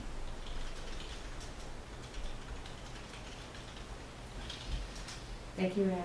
Yeah, thank you, Ann. They're pondering. I am. It's the question is, do we take several? Like, it could be over $1,000 from somebody like Richard that he would not owe us otherwise. I mean, I get it. We're talking $65 on one side, and it's not as big of an issue as what could be $650 or more. Alan, let me get your hand up. You could just look at it like the school taxes. Some people get upset they have to pay taxes when they don't have kids in the school. You could work the utility the same way. It's unfortunate, but I think you do have to get it established, get it going, and then down the road, look into the feasibility of credits. It's just, So if we approve this and say we're going to work on credits down the road, we should assign a timeline to that and give it a date. So that would make me feel comfortable. I mean, that's fair to say, look, we want an answer to this. I mean, I don't know if this is, but it feels like one thing we could say is within a year of this getting going, we will have an answer on credits. We'll have a plan. I hope that seems like a feasible, because they've got to get it up and running. We've got to get a sense of what's in, what's out there. And I think that I think we'll be able to respond to it and be able to say to folks, we're going to approve this. Could we even be willing to go as far as to say that we'll backdate for commercial users? I mean, I don't know if backdate is the right word, but you could apply a credit going forward always, right? Well, can you take into account a previous year that was paid at full and give them the appropriate credit towards the following year? I mean, it's our regulation, so I'm Yeah, assuming you can. I like that. I mean, Yeah. there's gonna be, like, if I put in $1,000 worth of gutters, and I look at whatever chart we come up with, and it says if you do gutter work on your house, and it takes care of a certain percentage of your roof runoff, and directs it in a way that we find to be good, based on these parameters, and this is where it gets so technical. Aaron's not joking, it's very, very technical. You get a percentage of your bill off. That's going to be really, you're not going to get a bang for your buck out of doing that in the short term for residential. But commercial, if we could say that we're going to move forward and that within a year of today, within a year of approving the utility, we will have a coherent, thought out credit system, and that we will assess credits on the first year after it's paid to commercial users, that makes me feel like we should approve it. That's where, Alan? I just feel this whole credit thing, you gotta be careful, because you keep saying this gutter thing, and I keep looking at Well, it's the an whole, example. It might not I look even at make the list. Tanglewood, and until the pond, the ditches, the roads, the culverts are all fixed, you can put culverts, or Put gutters. Hey, it's just And a- I know, I'm just, I mean, people that's listening, you get that out there and they're gonna be, oh Jesus, I just put up 20 Well- feet of gutter, it's gonna make a difference, and it's not until you get everything underlying taken Well, care it's a of. small thing, so it'd be like a 10% credit or whatever. Correct, It's and a we're- small step, but it's an encouragement. It's a tool to just make people want to be more compliant. But within a year, I think it's achievable expect the result of a credit program. So I guess the only issue left on the table is whether or not it gets backdated to commercial users. And if we can make a decision on that. I feel like I don't have enough information yet to feel confident Me that too. we could do that. But Yeah. I think that I would feel comfortable saying that we would explore that as part of this process. Because what if we find out that there isn't a feasible way to do it when we made a promise that we can't fulfill and we're going to underfund our utility as a result of something we've said here tonight? I feel like we don't want to get too far ahead in our promises. I think if folks hear this conversation, they know that our intent is to go and see if we can find that. But we are gonna come up, and as Carrie said, credits are always going forward. You know, we're saying to the town, we're saying to folks, we gotta get this up and running. We're going to work on the credit system. I think if we can find a way to feasibly make it, looking at credits for previous payments, yeah. But I mean, if we find out that we can't give the credits going backwards, that means the fee's gonna go through the roof when we start applying the credits moving forward, right? Because based on 1 year of operation, that would be just a couple of employees. It wouldn't even be a fully operational utility. You would get the revenue at the full amount with the expenses of maybe, 10, 20, 30, 40%. And then if we found out that we couldn't use some of that delta to back pay some of these commercial users, I mean, that would mean that to me would mean that the $65 would have to go through the roof by the time the utility got fully up and running and we were expending it. I mean, why couldn't we take some of that extra money that we were talking about building a fund balance with by billing the whole amount instead of like what the former director of administration said, starting at 40, moving to 50 on year 2 and ending up at 65. We want 65 now to build a fund balance. Why can't we use a portion of that fund balance to back pay the folks that would have been, in my opinion, overcharged the first year because we didn't have our credit system figured out at the time we approved the utility? Why should somebody like Mr. Cummings, and I hate to use him as an example repetitively, why should he pay a penalty because we didn't do our homework before approving the utility? And it is an example of us not doing our homework. It's not that. It's not doing, we did our homework, and it's also not a penalty. It is us meeting our obligations. He did work, and other folks have done work to meet obligations, probably for Act 250, and for their space that they're in. There are other obligations at play here. We are not the only ones setting obligations for landowners. And this is not a penalty. This is part of being in a team trying to meet our obligations from the state. I think that we want to explore a credit. We do want to do that in order to recognize the work that folks have done and are doing. Fair enough. But where I'm not sure if I have the information is I don't want to say, yes, let's do a credit, and then find out that we set up a credit system that so depletes our utility and makes it useless. Well, I don't want to make we would never set that credit system up though. Okay, well then I think that's, We wouldn't be able to do that and move the utility forward. right. That's, I guess we gotta get out of our own way and somebody's gotta make a motion to do something. Or we need to move on, one or the other. And do we have any more tangible discussion? I mean, and this is good debate. This isn't anybody, I've been in select board rooms with, select board meetings with blue in the face and yelling arguments. This was just a good spirited parliamentary debate. That's all it was. I think it's being overthought. To an extent. You're overthinking it right now. Yeah, it's just, You're wanting to make the promises to everyone down the road when we can't because we don't know what it's going to look like. Let's get it going and see where we're gonna end up going with it. And yes, we're going to do our due diligence and we're going to look and see what the credit systems is feasible. And that will be with the help with the, the local contractors. They can contact us. They can tell us, what are they running into? What do they want it to look like? Yeah. We can work together on that, but we have to get something moving. no, I agree. It's either that or kick it right back to us and we'll go right from the start, begin to the end. Well, we don't need, we don't wanna do that. I mean, No, I agree with Ann. I think we just need to get going. I mean, everybody complains about water quality in the bay. It all ties back. This is something that we can do to start addressing it. And it's kind of daunting to start, but in the end, it'll make a big impact on the quality of life here. Someone has to pull the trigger on it. yeah.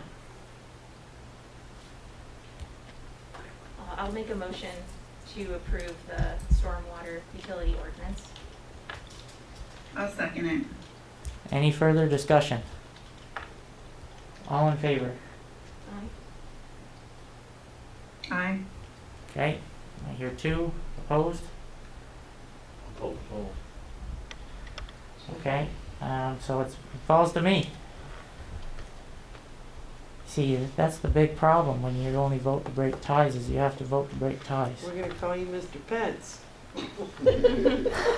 Please don't. Please don't.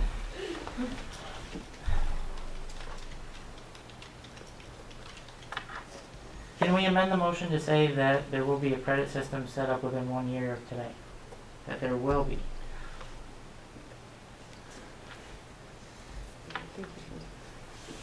I don't know. Yeah, because you can't, because it's not in the document. It's not like you're approving a set of minutes with some changes. But the select board will be approving a resolution to set the ERU at a subsequent meeting, and you can include You can vote to that. set it, okay, so if we can't figure out a better timeline by then, we could essentially either not set the ERU or set it at 0 until we get it figured out. If we wanted to. So I can vote yes right now to get I could vote yes right now to get this thing rolling. Well, I would like to the get it business rolling plan started. and have it funded, but you can add details, I think, in a resolution. I thought it required a resolution. Well, if our timeline is still 1 to 2 months to hire somebody, Mm-hmm. and then 3 to 6 months to get the bills out, that Mhm. still kind of lines us up with when we send our tax bills out in July of next year. Because that's still, and also the 60 days for this ordinance too, so. Yeah, I mean, we wanna that's wait to probably, hire someone. yeah, until we get that set up. So Yep. Yes. we've got a lot of time in front of us. We got to get it moving. So with all the issues that I pointed out, they're on the record. I mean, we can have another vote in the future to abolish a utility if it doesn't work out the way it's intended. So with the thought in my mind that a credit system will be set up within a year, and we'll have another discussion in the future on whether or not to backdate it to commercial and other users, if that seems to be the fair thing at the time, I'm going to vote yes so we can get moving. So let's keep the discussion going in the future, but also get things started. I think that's a fair middle ground. I mean, if I was an individual select board member, I'd be sitting here voting hell no. But it's what's best for the town. So we're gonna, personal feeling, decide we're gonna move forward. So, anybody have anything else under stormwater? So we have a utility that we need to sign. The 60 days will start from today. And we'll keep having these conversations and try to get something figured out before we send the bills. That's the best thing we can say. So the conversation, my response, if it's okay with the board, on behalf of the letter, which was addressed technically to all of us, will be that we approve the ordinance. Right now, as it sits, you get no credit, you pay us the full bill. But we agreed that we would continue having discussions that could even include disbanding the utility until a more satisfactorily thought out credit system is thought out. So it's not, the door isn't shut, but we're moving forward. That's fair. Alright.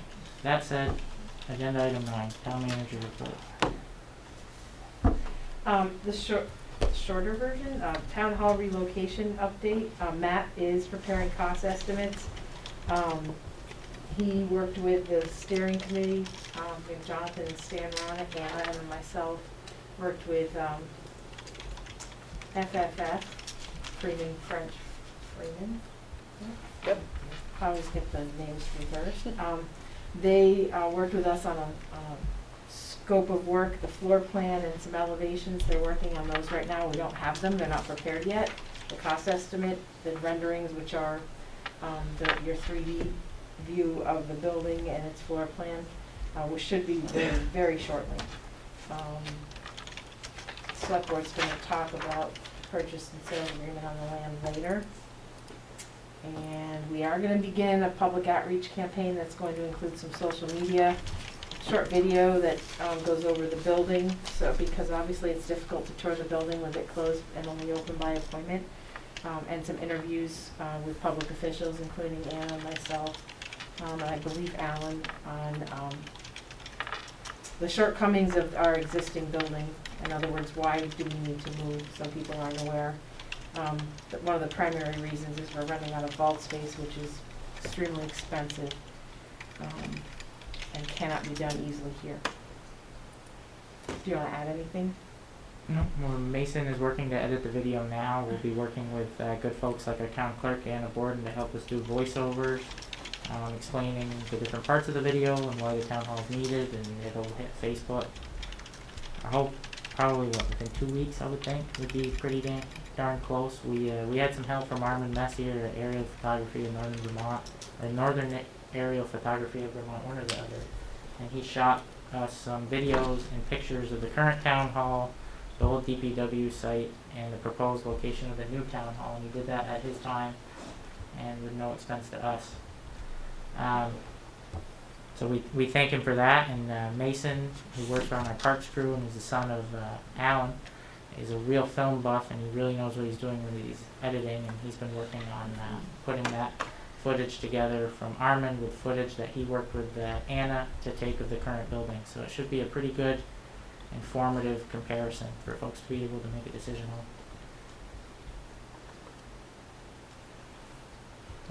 on. All right. The next one is just, we are in the middle of a pandemic. I think none of us are forgetting that, but COVID-19 still has resulted in the town hall being open by appointment. We're trying to keep our staff healthy, and so we are open by appointment, and we're doing a good deal of business over the phone, through virtual meetings like this, and email. I am listening on a weekly basis to the governor's press conferences. Last week, Dr. Fauci was on it, which was pretty exciting. Kind of holding us up as a model, a national model, perhaps. So I like to brag on that a little bit. The Vermont Department of Health in the state, we're actually doing something quite well. And the ACCD mapper, the cross-state travel maps, are going to be updated on Tuesdays now instead of Fridays, so, for quarantine. Employment opportunities. As you mentioned briefly earlier, our zoning administrator is retiring. We have advertised that position. That is a full-time benefited position. Zoning administrator, however, is not an administrative or admin-only job. We've gotten, I think, half of our resumes are people thinking it's what we used to call secretarial or admin only. This is actually a more comprehensive job, and it's going to require a different skill set than that. So I would encourage people to look at that. I've heard there's quite a few people looking for jobs because the economy seems to be shifting, our job market. So that's open. And as Brendan alluded to, we are working on refining another job description. We should have another opening to advertise here very, very shortly. The second to the last item, Select Board letter of support. We are applying for a bike and pedestrian grant, the St. Albans Health Path grant, or the SASH. And I'm looking to get a letter of support from the Select Board for that path. I did ask Stantec to do, help us with the grant application. He doesn't believe it would cost a great deal of money, since he helped us on the grant application last year and then did this follow-up engineering work over the last 6 months. Eric Alling is helping us do that. All right. We need a motion to Yes.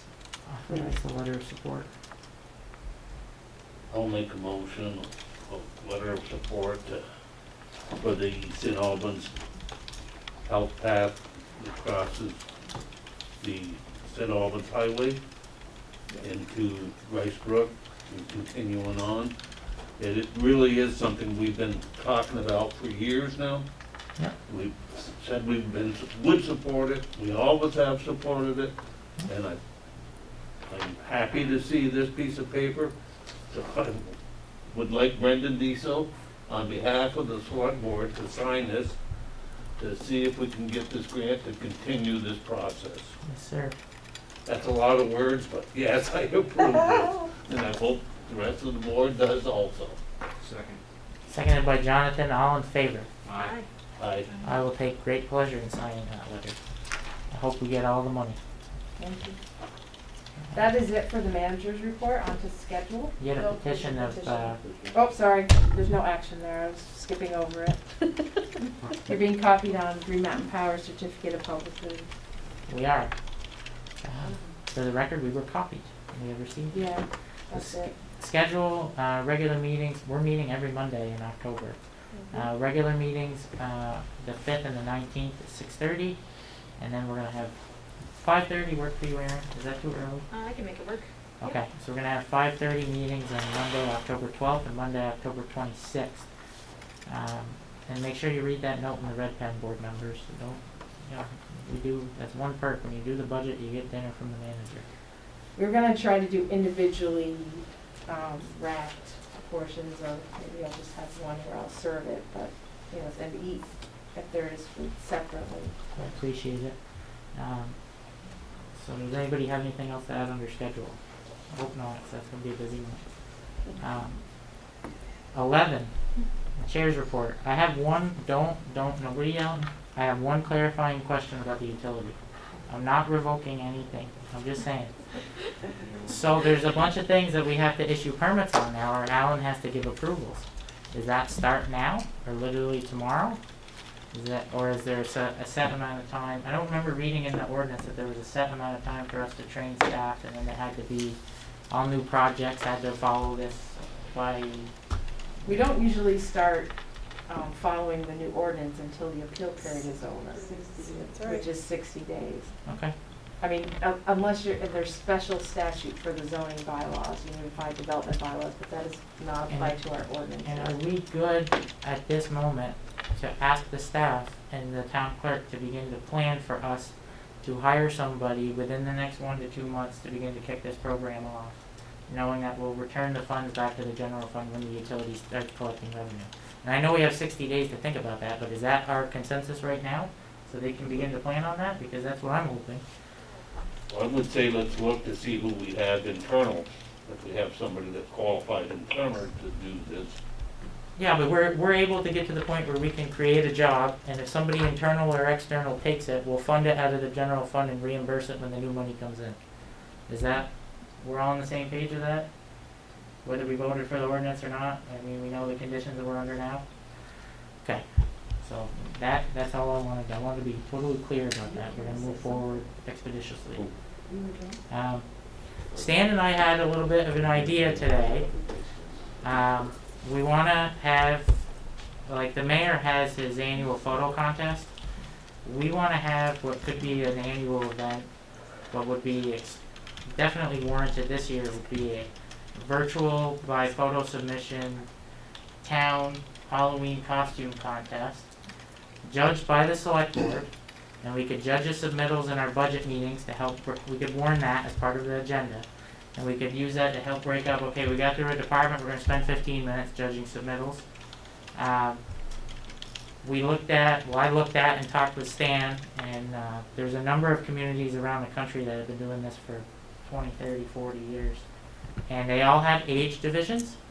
So we were thinking 0 to 5, toddlers and tots, let's call it. 6 to 12, kids. And then 13 to 17 would be teens. And we were thinking that, you know, for 13 to 17, it would be nice to have a theme and an extra requirement that the costume be based on somebody who inspires the teenager. And that the photo submittal also be accompanied with a simple paragraph explaining who the person is and why it inspires them, and we can take that into account. Like, if somebody says, I'm inspired by my mom because she's a nurse and she went home every day and quarantined in a bedroom on the other side of the house during the worst of the pandemic, and that's why I'm wearing her scrubs. You know, wearing your scrubs isn't necessarily the most intricate costume, but that could go a long way in our decision and awarding it. So that, and then we would have a just for bragging rights pet division. For all the dog moms and cat moms and lizards and snakes and birds and all the other stuff you got out there. And that we would also go as far as to have this be a select board task, priority, or event. And that we would all do the work related to it ourselves to not add any burden with our already stretched very too thin staff. That we would have photo submittals come by email or through our Facebook page, that I would take on that incoming information, and then it's news to Aaron, but I'm wondering if you would take that information and organize it into a spreadsheet, and you're very good with spreadsheets, We also thought that since a lot of kids, whether they have underlying health issues or not, they might decide not to go trick-or-treating this year, that it would be really nice for the inaugural costume contest that every single child or teenager that submits an entry also receives a small bag of candy from the town. And I went on Amazon today, or after I got off the phone with Stan, and found out that we could buy about 36 pounds of really nice candy for about $250 and change. We've got the funding for that. It was a donation, so it's not going to come from the taxpayers. It'll come from the select board. And the thought is that Aaron could work with me in getting the information organized, that Jessica and her wonderful 3 daughters would take the candy and put it into small gift-sized bags, and that Jonathan and Stan would take the organized information from Aaron, which would include addresses and number of children per household, and go deliver the bags of candy. So it will literally be a 5-person team working to bring a really nice Halloween festivity to the children of our community. And we also want to award each division, other than pets, which is for bragging rights, because people will argue about the costume on their dog more than they will about their kids. At least I know that's true in my household. We would want to do maybe a $50 gift certificate to a town, like a restaurant or a business, let's call it just a business, located within the town. And that would be the only cost that would come from the select board, would be the $50, so it'd be $150. And that we would make our decision, award the division, and then send it out in the mail. We went as far as to develop a timeline, and we would start October 1st and accept submittals until Sunday the 25th, and we would have our last round of judging at our budget meeting on the 26th and announce the winners right on Halloween. So I guess we're wondering, what do you think of our idea? You in? Yeah, it could be a lot of fun. Could be a really good undertaking. If we get 100 or 200 or 300 kids, which is the goal, somebody's gonna wear their tires out. I'll help you guys out if we get that far, but we'll have would it be okay with the board if we ask parents right when they give us their submittal by email or through Facebook, if we could post the picture of the entry right on social media with maybe just the first name of the child, or maybe even without names? It really would be, I think it'd be a great event to be able to say, these are the children of our community participating in an event sponsored by the town. But I don't know if anybody has any particular issues with any liability that might come with that.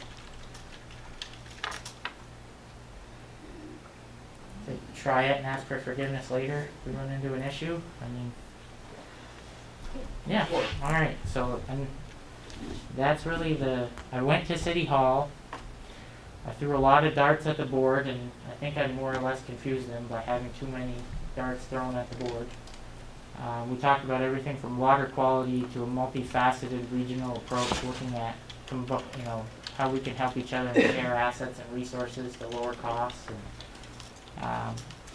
But it turned into a conversation between Jessica and Mike McCarthy and Kate Laddison about the rural development approach in the meeting. So I think you do something like that. It's like when I brought that first thing forward about having a fair and impartial policing policy, it turned into this conversation that we're going to continue at our next meeting about a public safety advisory board.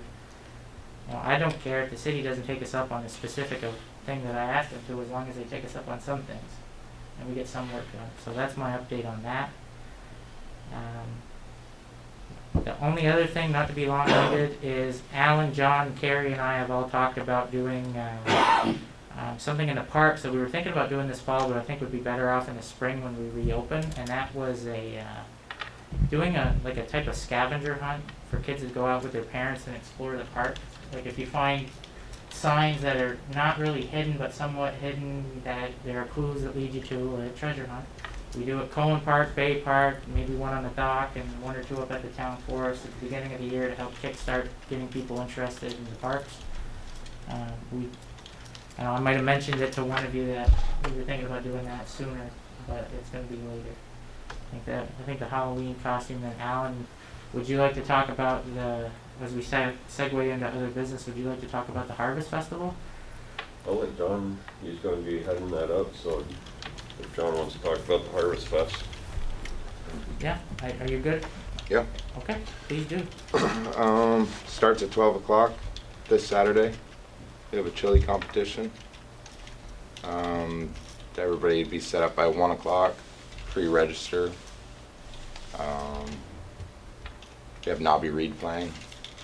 Nobby Reed, that's huge. Get their food. Yep, we'll have vendors there, the farmers market vendors. There's done a lot of calls from new vendors who want to set up as well.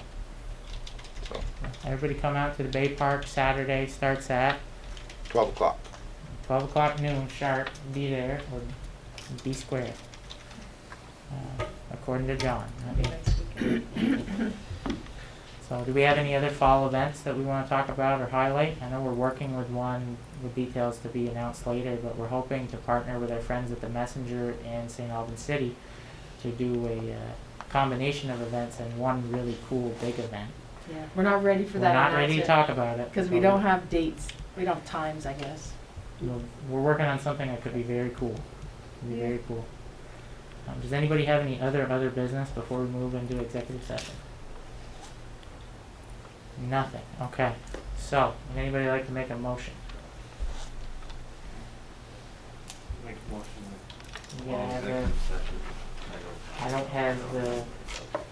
I don't think I could recall it from memory if I wanted to. Oh, I didn't put it in the red pen. It's not, and that. We've built a dependency of. Yeah, we I'm have. so sorry, yeah. Well, you can move into executive session where premature public disclosure of the subject matter might put the town or someone else at a substantial disadvantage. See you guys tomorrow. You further move, and I don't remember that one, but to invite the town manager. Yep. You know what? We're gonna do that. Yeah. So moved. Do we have a second? All in favor? Aye. All right. Have a good night, everybody. Thank you for being on with us.